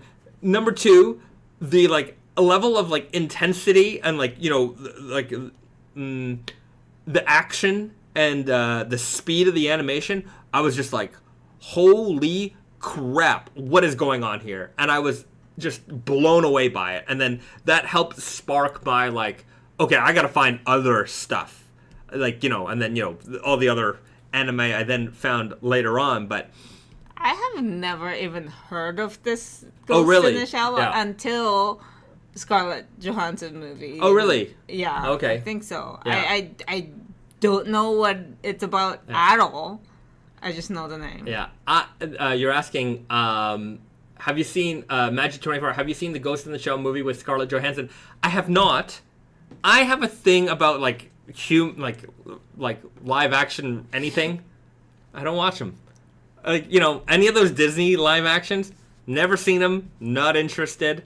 Yeah. Like the other day we were just buying some Blu-rays and like Risa pulled out Ghost in the Shell with Scarlett Johansson, and I like Scarlett Johansson. I do like her, and like you pulled it off the shelf and you're like, oh, they have this, and it was like cheap. It was like $5, something like that. It was cheap, and because I've never seen it, like I was like, okay, maybe we'll see it. But... And I was like, I think I could find it for cheaper. Like I don't know. I don't think that's the one. If you're gonna watch it, that's not the one. You got to watch the anime first. No, I think I understand that. Yeah. So, right. So, I'm looking forward to this one because it's really bringing back a lot. Yeah, somebody, the Raven, he didn't know it was allowed. Haha, dude, you're like 5th, 6th grade. Like, I don't know what is and isn't allowed in the world. I'm still figuring this stuff out. But like, I'm like, it's a cartoon. Cartoons are for kids. You know what I mean? Like, I didn't quite get that. I don't know. It's that feeling I've never had. I see. I knew you knew about it. Adults. The debauchery. Consume animation. Ghost in the Shell's not debaucherous though. So anyhow, Christopher Colon. I saw Akira in the movie theater in 1989. Changed my life. Same goes with Lieutenant Kusanagi. No question about it. Yeah, I was probably a little too young to see Akira in 1989 in the theater. I would have been 6-year-old Bahzad. That would have been shocking. I was watching Thundercats at that point. Tiger Squad, Rockin' Jellybean has some awesome Godzilla art. Hidora specifically, did you get him involved? We didn't get him involved, but you guys want to see something cool? A lot of cool things to show up. Do you want this open? Yes, we'll do that. Okay. We'll see what comes out. We do have a lot of the Rockin' Jellybean artwork that are kind of I guess, sought after. So, and we don't have any of them posted on the wall. Ooh, this guy. This guy is a prized possession of mine. Very, very glary. Yeah. Hold on. Where there? And then yeah. There, that's great, perfect yeah. angle. So Evangelion, Godzilla versus Evangelion.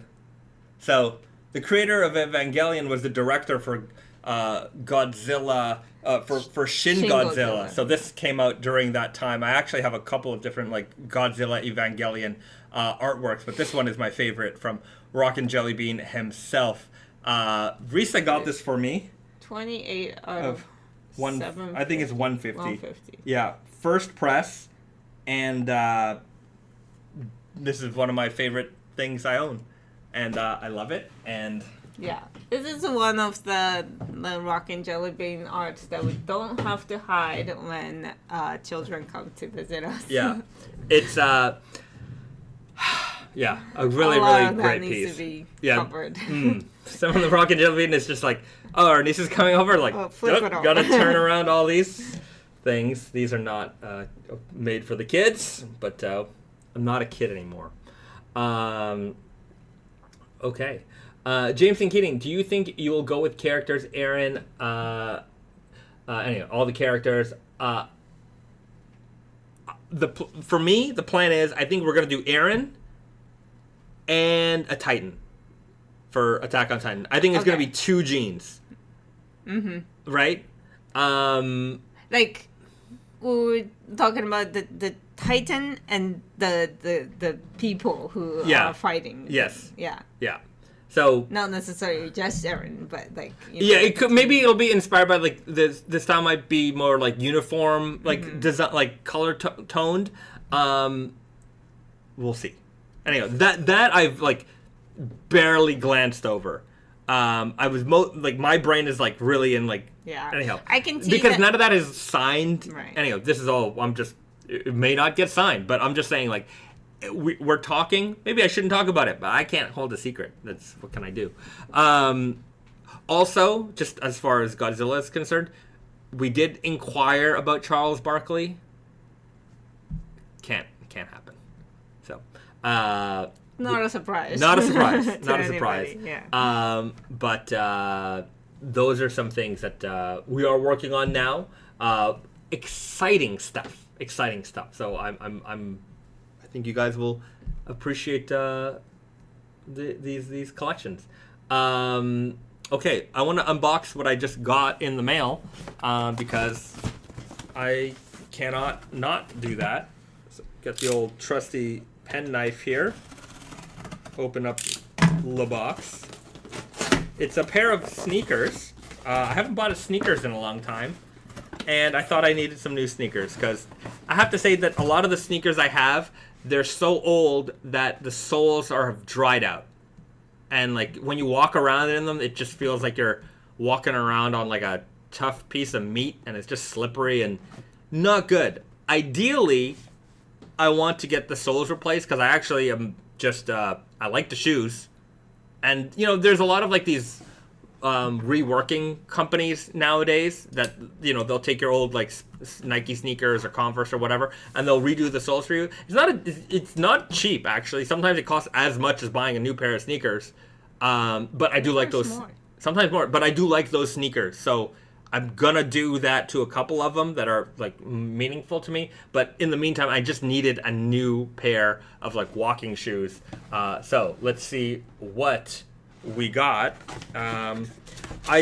This was just from Instagram. I just kept seeing these pop up on Instagram. So what do you guys think? Are these cool? I think they're pretty cool. I just like that they're very dad-like, you know, beige and gray and blue to like it just kind of has all. Oh, I didn't even notice that. It just has all the colors that I feel like go with a pair of blue jeans. Right? Blues. Blue, brown, beige. Right, but it's also under. Yeah, it's a little plasticky here. I didn't notice that. But they're like a Vomero mixed with a tailwind. Yeah, it's a Vomero. Vomero 5, it says here. So Yeah, I thought they were pretty nice. So we'll see. I got to try them on and see how comfortable they are. There's a hair inside. Ew. Oh, okay. Not a human. Not a human hair. Maybe an animal hair. Beige Dad. I thought you said Bahzad. Vomeras are nice. Good job, Bahzad. I've had those. I heard those are super comfy. Well, we're gonna find out. But yeah, I really like. I like the color tone. I think they're, very dad-like in a way, and not. They're sporty, but not too sporty. Yeah. Yeah. It's like New Balance of Nike. Yeah. That's kind of it. So we'll see. And like that sole looks pretty cushiony. So a nice walking shoe. You get a good walk on in these. Oh, I want to show off my latest sneaker purchase. This is not a new sneaker.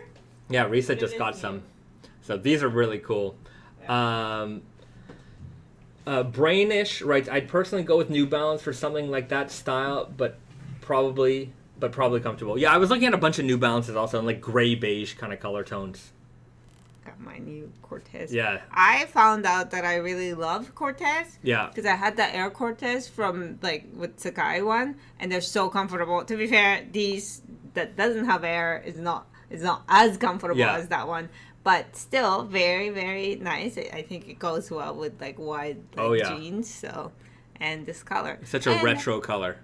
I got this secondhand. But they were brand new. Yeah. So, get a good deal on it. Mm-hmm. And the color. Yeah. Yes. So we lucked out on those. Mm-hmm. Christopher Cologne writes, be careful wearing those Nikes with a pair of new denim. The jeans always blew my white. Jordans, when cuffed or not, can only wear the colored ones with my denim. Yeah, I'm not too worried about that. Like, I get it. I remember young raw denim nerd. When I was a young raw denim nerd, I was also in the height of my hype beast sneaker days, and just getting some SBs and wearing your raw jeans on them and just that denim gunking up around the top of the shoe, and I was so mad, and I'm just looking up everything online, and how do I clean these? Eventually, I just got around to whatever. I agree with you, but I'm also at the point where I'm raw jeans are gonna do what raw jeans do, and sneakers are meant to be worn. So I'm gonna wear them, and they're gonna get blue. That's the way it is. I think they made a song about it. Blue, dabba dee dabba die, dabba dee dabba die, dabba dee dabba die. So I'm okay with it. You can also, a couple of things that you can do is number one, my jeans have been washed a bunch of times, so the amount of dye transfer is probably going to be less. It's definitely going to pick up on these suede parts here, but you can hit it with some if you pre-treat the sneaker, the stains are more likely to come out. So I'm not too worried about that. And I have some of that, what is it called? Hold on, I have a can of it here somewhere.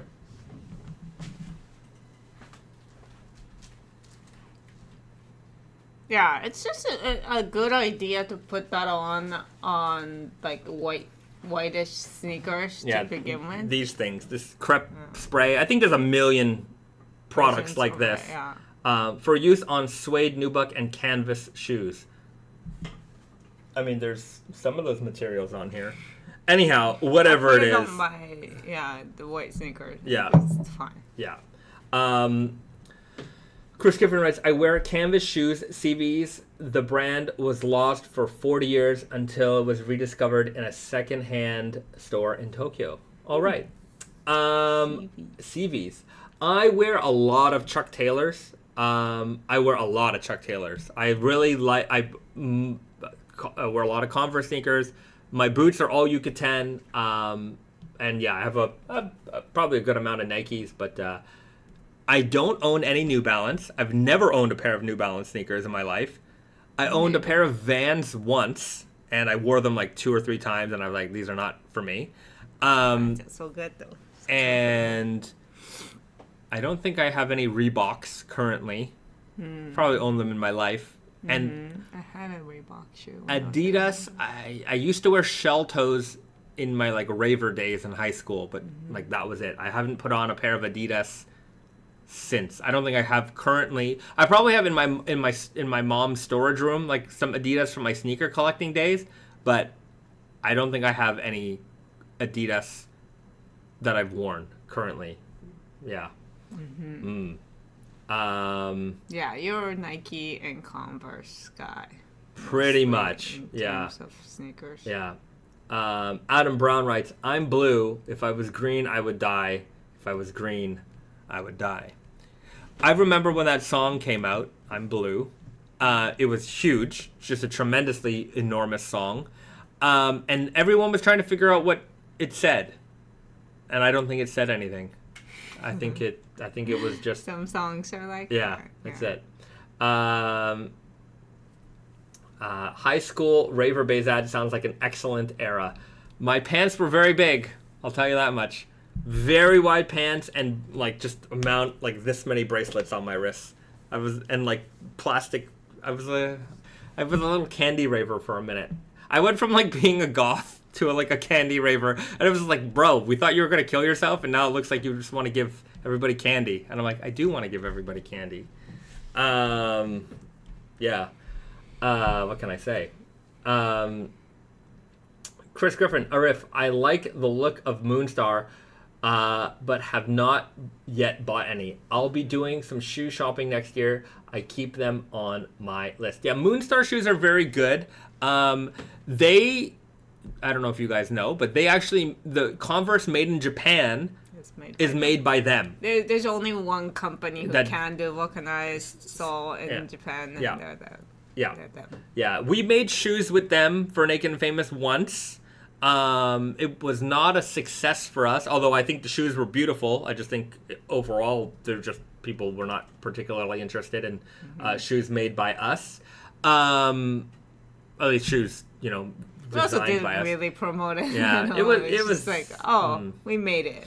Yeah. Let's see if we can sell. Right. Anyways, anyhow, that was fine. Yeah, I know Blue Owl has a good collection of Moonstar shoes, so you could definitely check them out there. So if you're interested in some those types of sneakers, check them out. Also, shoes like pottery. Yeah, shoes like pottery. Yeah, same thing. There's also Spingle Move. They make some shoes here in Japan. I have a pair of like Cordovan sneakers that I got from them. Like, oh man, it's like they've never been worn. They're beautiful. They're weird. They have a weird sole, but they're like shell Cordovan upper, and they just never got worn. I'm not really sure what to do with them. I think you missed the opportunity for now, and the next time maybe that kind of shoes are in their style. They're buried somewhere. Otherwise, I'd pull them out. But the other sneaker to check out is Made in Japan Converse. I don't know if they sell them overseas, but if you come to Japan, look for Made in Japan Converse. They're very nice. There's a very nice dark blue one that I've been eyeing on. It's very expensive.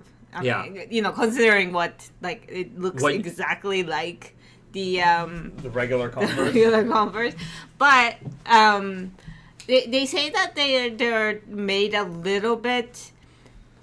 So I don't know if this is true. I actually didn't know this until I read it. But like Japanese people's feet are like a little too wide for the size of regular Converse apparently.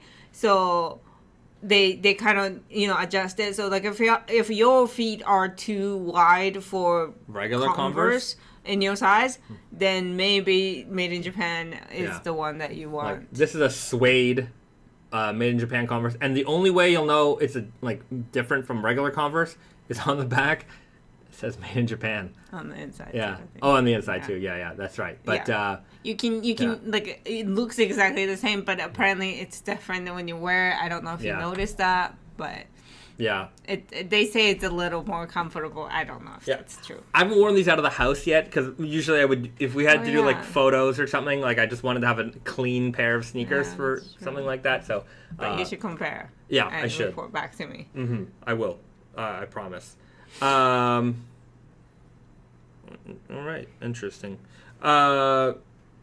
Yeah, whatever. So that's shoe talk today, guys. James and Keating, I'm hoping to visit Japan next summer. I'm going to keep my eye out for Japan exclusive Converse and Red Wings. Good man. They make Japan Red Wings? I wouldn't be surprised. Nicholas Vilpu, my son's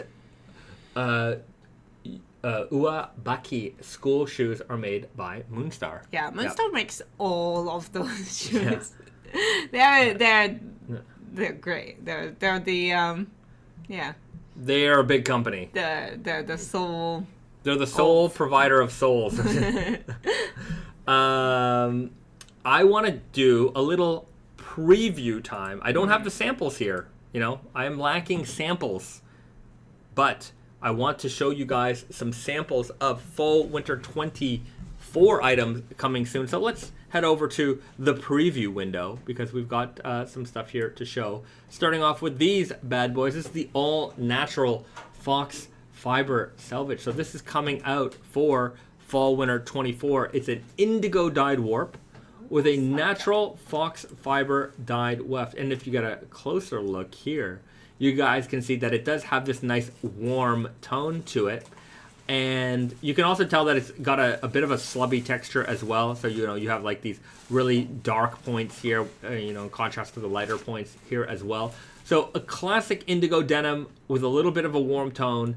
And you can see from the all-model photo here that the warm tone is coming from that interior weft. Let's get a good weft shot. Hold on. There we go. And look, you can see the selvage here. You can see the color variation even here on that brown weft. So it's not a uniform color throughout because this is the natural cotton color of FoxFibre. It is not a perfect brown, but it is a natural brown. And you can see that it does just come out with this beautiful, beautiful tone, warm tone on the inside. I think a very classic jean, something you can enjoy for very, very many years. And a beautiful dark indigo to start. So and some nice Converse here as well. So that's going to be the all-natural FoxFibre Selvedge. We've got the veg tan leather patch to match. Great contrast stitching. And just a handsome fabric overall. Definitely something I'm going to be wearing. I'm stealing the sample when I go back to Montreal. It's coming home with me. This is a jean I'm looking forward to wearing a lot. I couldn't find the fabric of that. That fabric should exist somewhere in here. Okay. But do you want to do a sneak preview? Yeah. You can show that one off while I prepare the next preview, which I think is going to be also very exciting. Excitamente. Okay, this is hard to do in Colorland. It doesn't come out so well, but this is the next spring 2025 FoxFibre denim. So we got the Ecru warp, and then we got the FoxFibre weft. So the Ecru is already also very browny and warm toned, a little less so than you probably see in this camera right now. But when you flip up, you can see the warm tone of FoxFibre. And the Selvedge ID, also Fox weft running down here on the ID. Yeah. So it's a very nice brownie version of the Ecru jeans. That's it. So more FoxFibre action coming soon. And here's another one. Let's check out the Dia de los Muertos. So our first, I'm going to say, we were doing the Chinese New Year, and it's going to continue to happen every spring, but for every fall, we're going to celebrate Dia de los Muertos. So this will be a recurring style. The denim will always stay the same, but we're going to change up the leather patches each season. So we're going to work with a different artist to create a beautiful leather patch design. And so this is what it looks like on the outside. Classic dark indigo, 12.5 ounce weight, made with 100% Mexican cotton. So we had to import this specially for us here in Japan to make this denim for you. Classic, so something you can wear every day, and then bam, you hit them with that serape stripe Selvedge ID. It's got a bunch of different colors, beautiful gradient tone. This is actually both ends of the Selvedge ID kind of layered up on each other for the coin pocket. And then you'll see it, well, here's that leather patch, which I think is just gorgeous. Let's see if I can zoom out a little bit. Just some great detail here as well. I think that's going to be, I think you guys will like this. I'm presuming you already like it. I really love it. I think it came out fantastico. And check out that Selvedge ID. Like, if that isn't perfect, I don't know what is. That is a serape blanket. And I think it just came out beautifully, magnificently, full of color, and bonita, you say. There you go. So that's the Dia de los Muertos Selvedge. And even the pocket flasher, you can see we got that like nice gradient tone, very like, Mexican poster art style. We really wanted to pay tribute and do everything right. Also, everything here is in Spanish as well. So we just wanted to make it a very, appropriate, homage to the holiday and to the culture. And so I think we just wanted to include something nice. And there's so much like visual, I don't know how to say it right, but like visual delights of Dia de los Muertos. There's the skeletons and the colors and everything. It's so nice. And like to incorporate that into a denim, again, like we talked about it earlier. I'm just going to go a little rant time. Like, sometimes people don't get, what Naked and Famous does, because it's like, it's not heritage. It's not like, it draws from it. But like what we try to do when we make fabrics is like be inspired by things, and it's whether it's a movie or anime or just heritage fabrics or a holiday. Like, let's pull it all in together. I like what we do. Yeah, and at the end of the day, like, we do a lot of crazy jeans, but we can't, like, not everybody is going to be willing to wear a pants that are like really out there, and like.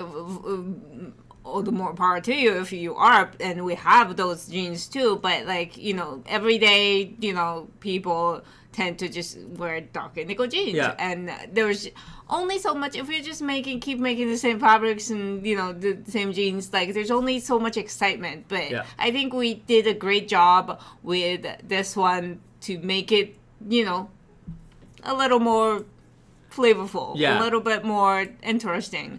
It's it's a challenge sometimes, to take something that is, whatever it is that you're taking and making it wearable, right? To make it simple, make something special, but make something simple. And so with this one, the fact that we had to import the cotton specially for this, we didn't have to do that. We could have just, put some graphics on the jean, but I really, and to be fair, as a customer, are you going to notice it all that much? Not really, right? You're not going to be able to pick up this jean and be like, oh, this is definitely Mexican cotton, right? Yeah. Like, but we did it because it's important to the overall product. You have to do it like that if you're going to tell this story. So, even little things that may not make a noticeable difference still make a difference in the kinds of products that we want to make. And anyway, this is just a great example of that. Yeah, and say if you have like a tie to that culture or whatever, like it makes you feel good to be wearing something that's that has a connection to the culture, right? So, and when we do the Chinese New Year, we try to put like a little bit of those cultural things. I think we took a step further because that one is not like it's not made from Chinese cotton, right? And to be fair, Chinese New Year is not just China, it's so like Lunar it's not New Year. Yeah. This one's more country specific, origin specific. So like and also they produce cotton, thankfully. So we were able to like take it a step further, and it came out great. Yeah, Mike Knight writes, "I'm Mexican and I love them. They are a must-have for me." Well, we made them just for you, Mr. Mike Knight. The Raven, what weight is the Dia de los Muertos denim? It's 12.5 ounce weight. And it's very drapey. Yeah. The texture is is not super rigid. Yeah. So it's very wearable. Yeah. The Raven writes, I come from a Latino household. It's pretty neat. Well, there you go. So we see you, and we're gonna represent you. We're gonna make all the cultures of denim. You know what? Just anyway, maybe down the line, there's a lot of like Indian printmaking, like because India they do a lot of special dyes. So anyway, that could be like that part of the world. I think we could do something with someday. Even like African prints and like their colors and designs. There's so much there to work with. And they all make cotton, Indian cotton. Yeah, Zimbabwe cotton. Things right. Like so that. there's opportunity there for more. But yeah, But yeah, there's a lot of fun things that are also very, wearable. Goes with everything that you wear. So that's what we're excited about. Right. Okay.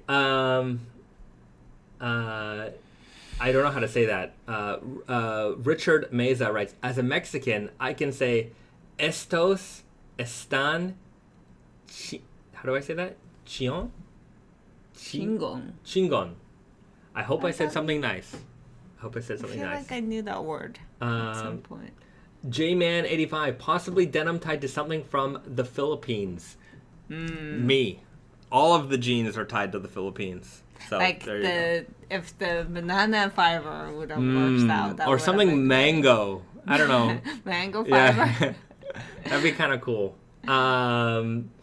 Riff writes, Diwali denim. Man. Francisco Michael writes, Chingon means badass. All right, well, there you go. I should probably, not that I think anyone here is going to troll me, but I probably shouldn't repeat things I don't know what I'm saying. Probably, anyhow, here's a disclaimer. If anyone does troll me one day, it's not intentional. You fooled me. You made a fool out of me. But fool me once, shame on you. Fool me twice. Shame on me. No, it's not gonna happen. You're not gonna fool me twice. It's not gonna happen. So remember George Bush was he had a flub up with that one. Fool me once, shame on you. Fool me twice. It's not gonna happen.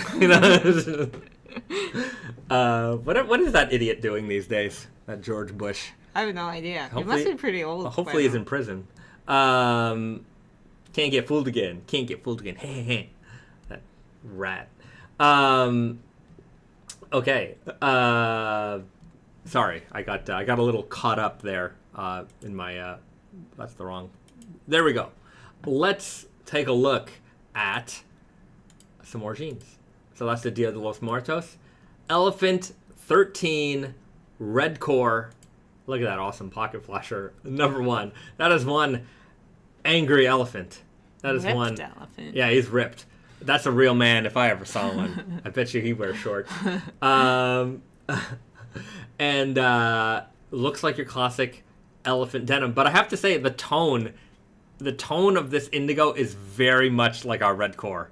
Like it looks like a fat red core denim, which is what it is. This is the Elephant 13 red core 21 ounce super heavyweight denim.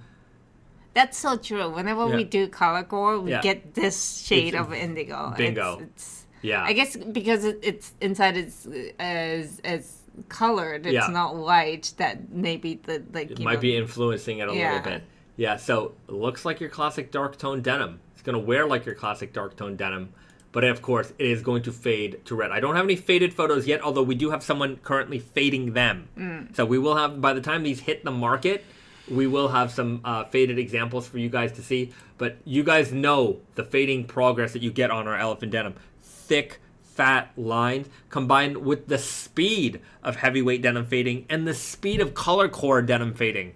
This is going to be a very, very wild jean. I'm looking forward to seeing somebody wearing these for Indigo Invitational. They're gonna win. This is a winning. This is a winning style. When we decided to do this, that was like at the forefront. Like this is gonna be a good competition. Competition jean. Absolutely. This is gonna come in a jacket as well That's right. Look at that. The photo of this leather patch is just great. Very crisp. Very crisp. Very nice. Of course, our veg tan patches, they age and patina quite beautifully. Hit it with some bee seal, some beeswax if you want to get some early patinas. Really color that in real nice. We have some beeswax available on Tate and Yoko as well. But yeah, what you can expect, very, very classic tone. It's a understated jean until it isn't anymore. And it's going to be bright red with those fades. Don't buy them by accident and think, oh man, my something in my wash turned these red. No. That was by design. Yeah. I like everything about it except that number. Oh yeah, the number 13. The number 13. Oh, I didn't even think of that. I didn't even think of that either. Oh. It's okay. Should we have skipped? No. We're not going to skip it. We did the MIJ 13. That's true. Yeah. I didn't even think of that. Yeah. Jeez. So anyhow. Right. Well, it's a number. Yeah, it's a number. It's just a number. Yeah. We can't skip it. It's not. If you really want to, split hairs here, we did do a jean once called the Elephant 2 Revenge, and we didn't rename that one, even though technically it had slightly different details. It was the same fabric, but it was contrast stitch instead of tonal stitch like the original Elephant 2. So technically this is 14, is what you're saying? Maybe. And the Elephant XS and the 11S, That's true. So, this must be 16. Yeah, they're up. 17, something like that. They're up there. Yeah. So that's the Elephant series for you. That's the next edition, the next iteration. And then let's hit this one up. I don't think I've previewed this one for you guys yet. But this Smokey Cotton Slub Selvedge. So this, if you guys remember the raw cotton slub, this is in the same realm as that, but in a slightly more khaki tone. The raw cotton slub was a Ecru denim. This is a little bit more khaki, more beige. It's gonna look really, really nice with boots come fall time. I think you match it up with some brown suede boots that match the leather patch here. I think it's gonna be quite handsome, and of course these fit perfectly in your existing lineup of raw denim jeans, your denim outfits. You change out a pair of dark indigos for these, you're ready to go. So it fits in quite nicely. A classic masculine tone. Look at that. Great with sneakers as well. Thick red Selvedge ID, just like you saw on the raw cotton slubs. Suede leather patch. And there's that fat Selvedge ID again. There you go. These are some good pictures. Came out nicely. You can see here, it looks like some indigo rubbed off on that sample somewhere. Maybe a blue jean touched these jeans, it kissed these jeans somewhere. Francisco Michael just goes to show you the Ecru gets even more beautifuler. That's right. A riff writes, I have a pair of the raw cotton slub, really nice. I wore them for the Indigo Invitational. I tried to patina fade them, get them all grimy. They got pretty grimy. And a great pair. Actually, the fabric was quite comfortable. Even 16 ounces, I wore it in the summer. Very, very wearable. No problem. Sierra writes, do you guys ever think of putting the tag art on t-shirts? That elephant graphic screams for a t-shirt. I'm going to go with no. Brandon is very anti-graphic tee. Very anti-graphic tee. So it's not likely that we'll do something like that anytime soon. We only did one graphic tee, and that was for the Indigo Invitational it was an unofficial Indigo Invitational t-shirt for the Selvedge Foundation. Yeah. Some of you guys might have that in the chat. We should bring it out of the back. Yeah. It was a good team effort. We didn't have enough time. Yeah. With it. Yeah, I remember when that whole thing happened, I was like, I felt like speaking pro wrestling, I was like, we should invade the Indigo Invitational and just send all the Naked Famous Denim army in there. The Selvedge Foundation, send them in there to take over and win the contest. I should start wearing that t-shirt again. Right. Yeah, we have some. So maybe next season we can produce it before the next one and really try to ramp up the presence of Naked and Famous Denim in there, and I don't know, maybe we'll I don't know, I'll think of something, but we should offer our own prize or something for top finisher. If you could be the top, you're gonna get a bonus from us or something like that. We want to see Naked and Famous. I want to sweep the whole thing. Every category, Naked and Famous Denim, just a full sweep. We're gonna show our power. We're gonna show our force. Even if it's like a category like best, like if some other brand has like, you know, best faded of that brand, I want to win that one too. That's how much I want to win. That like it'll be like, you know what? Dominating. Okay, nothing to do with this. But speaking of pocket flasher designs, and I was thinking, if we, you know, we talked about, oh, maybe we should have a book of, you know, archive of pocket flasher art, and that's a great idea. But what if we had, so like my niece is like into memory games. Oh, right. And, you know, so like it's a card, like it's a trump card kind of with the graphic, and like there's two in the deck, so you match, you know, you flip. That'd be kind of cool. I think everybody knows this game, right? And you know they have you just have to match the graphics, and if we did that, that would be such a good game. That would be a great like giveaway, like little card packs. Yeah, maybe like we a little need memory to sell game. it. I don't know how much these things cost to print, but okay, we'll look into great. that. Yeah. That's a good idea. That's a good little gifty thing. Yeah, a nifty gifty. That game is fun. Like I haven't played that since I was a kid, but it's fun. Our niece is so good at it. She's so much smarter than us. Okay, everybody. It's that time of day. It's that time of the show. Is it? Yeah, okay. Let's do the peach one. Peach Zero. Oh, okay. Let's do it. So we got a special drink from the good people at the Coca-Cola Corporation. They have made a peach flavored Coke Zero. So I don't know if this is available internationally or if it's just a Japan thing, but we found it on the shelves the other day, and we knew we had to try it. It is Coke Zero though, so flavor-wise, I don't know if this is going to be a Risa thing or not. I drink Coke Zero because if I drink regular Coke all the time, I'm just gonna. It's not good for me. I enjoy it from time to time, but you know, if I want that snappy bite of a Coca-Cola, I usually drink Coke Zeros. And you know what? These days I have these like really miniature cans of them, which I should definitely show off. Risa, you want to bring one of those mini cans too? Because I try not to consume too much soda. So in Japan they have these tiny baby cans of soda, and they do. They're baby cans of beer. So I get these baby cans of soda because it's just enough soda for me so I can, like, you know. They make these in regular Coke form. In fact, the Coke Zero ones of these mini cans are so hard to find. So anytime I find them, I usually just buy a ton of them. But yeah, that's it. I just try to drink a little bit. No calories. That's the way to go. But to be fair, that's probably how much you get, like when you order it at a restaurant with ice. Oh, right. Yeah, I guess so. How much Coke you get.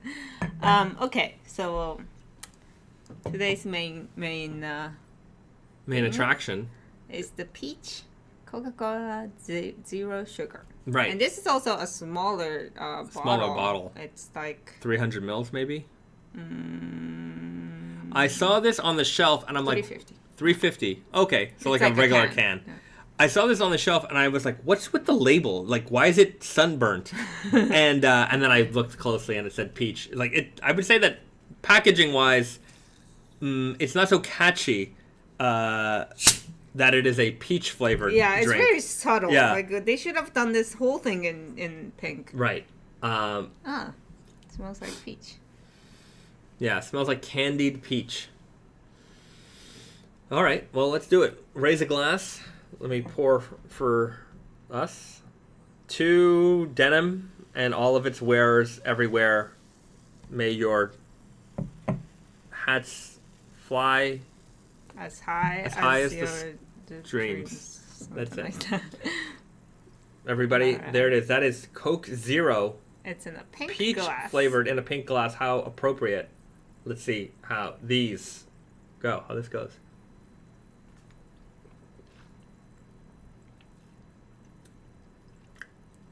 Okay, it tastes weird. Yeah.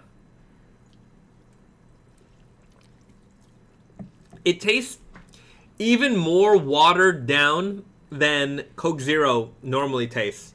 If you water down Coke with peach flavored water. Yeah.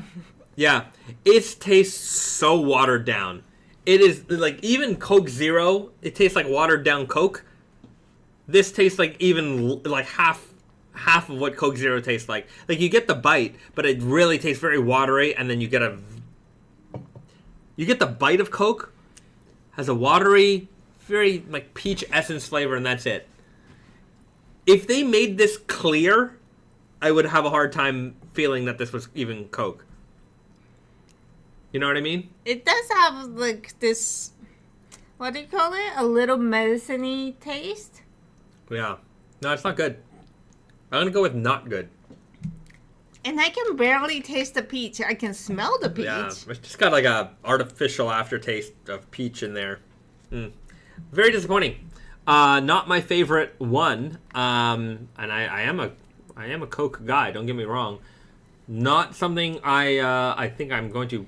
Just like that K-Wave, K-pop Coca-Cola they had. That one was better than this. Maybe it was better than this, but still, it wasn't something I was excited for. I will not be buying this again. If they have a regular Coke version of this, I would try it. But the Coke Zero of this, not for me.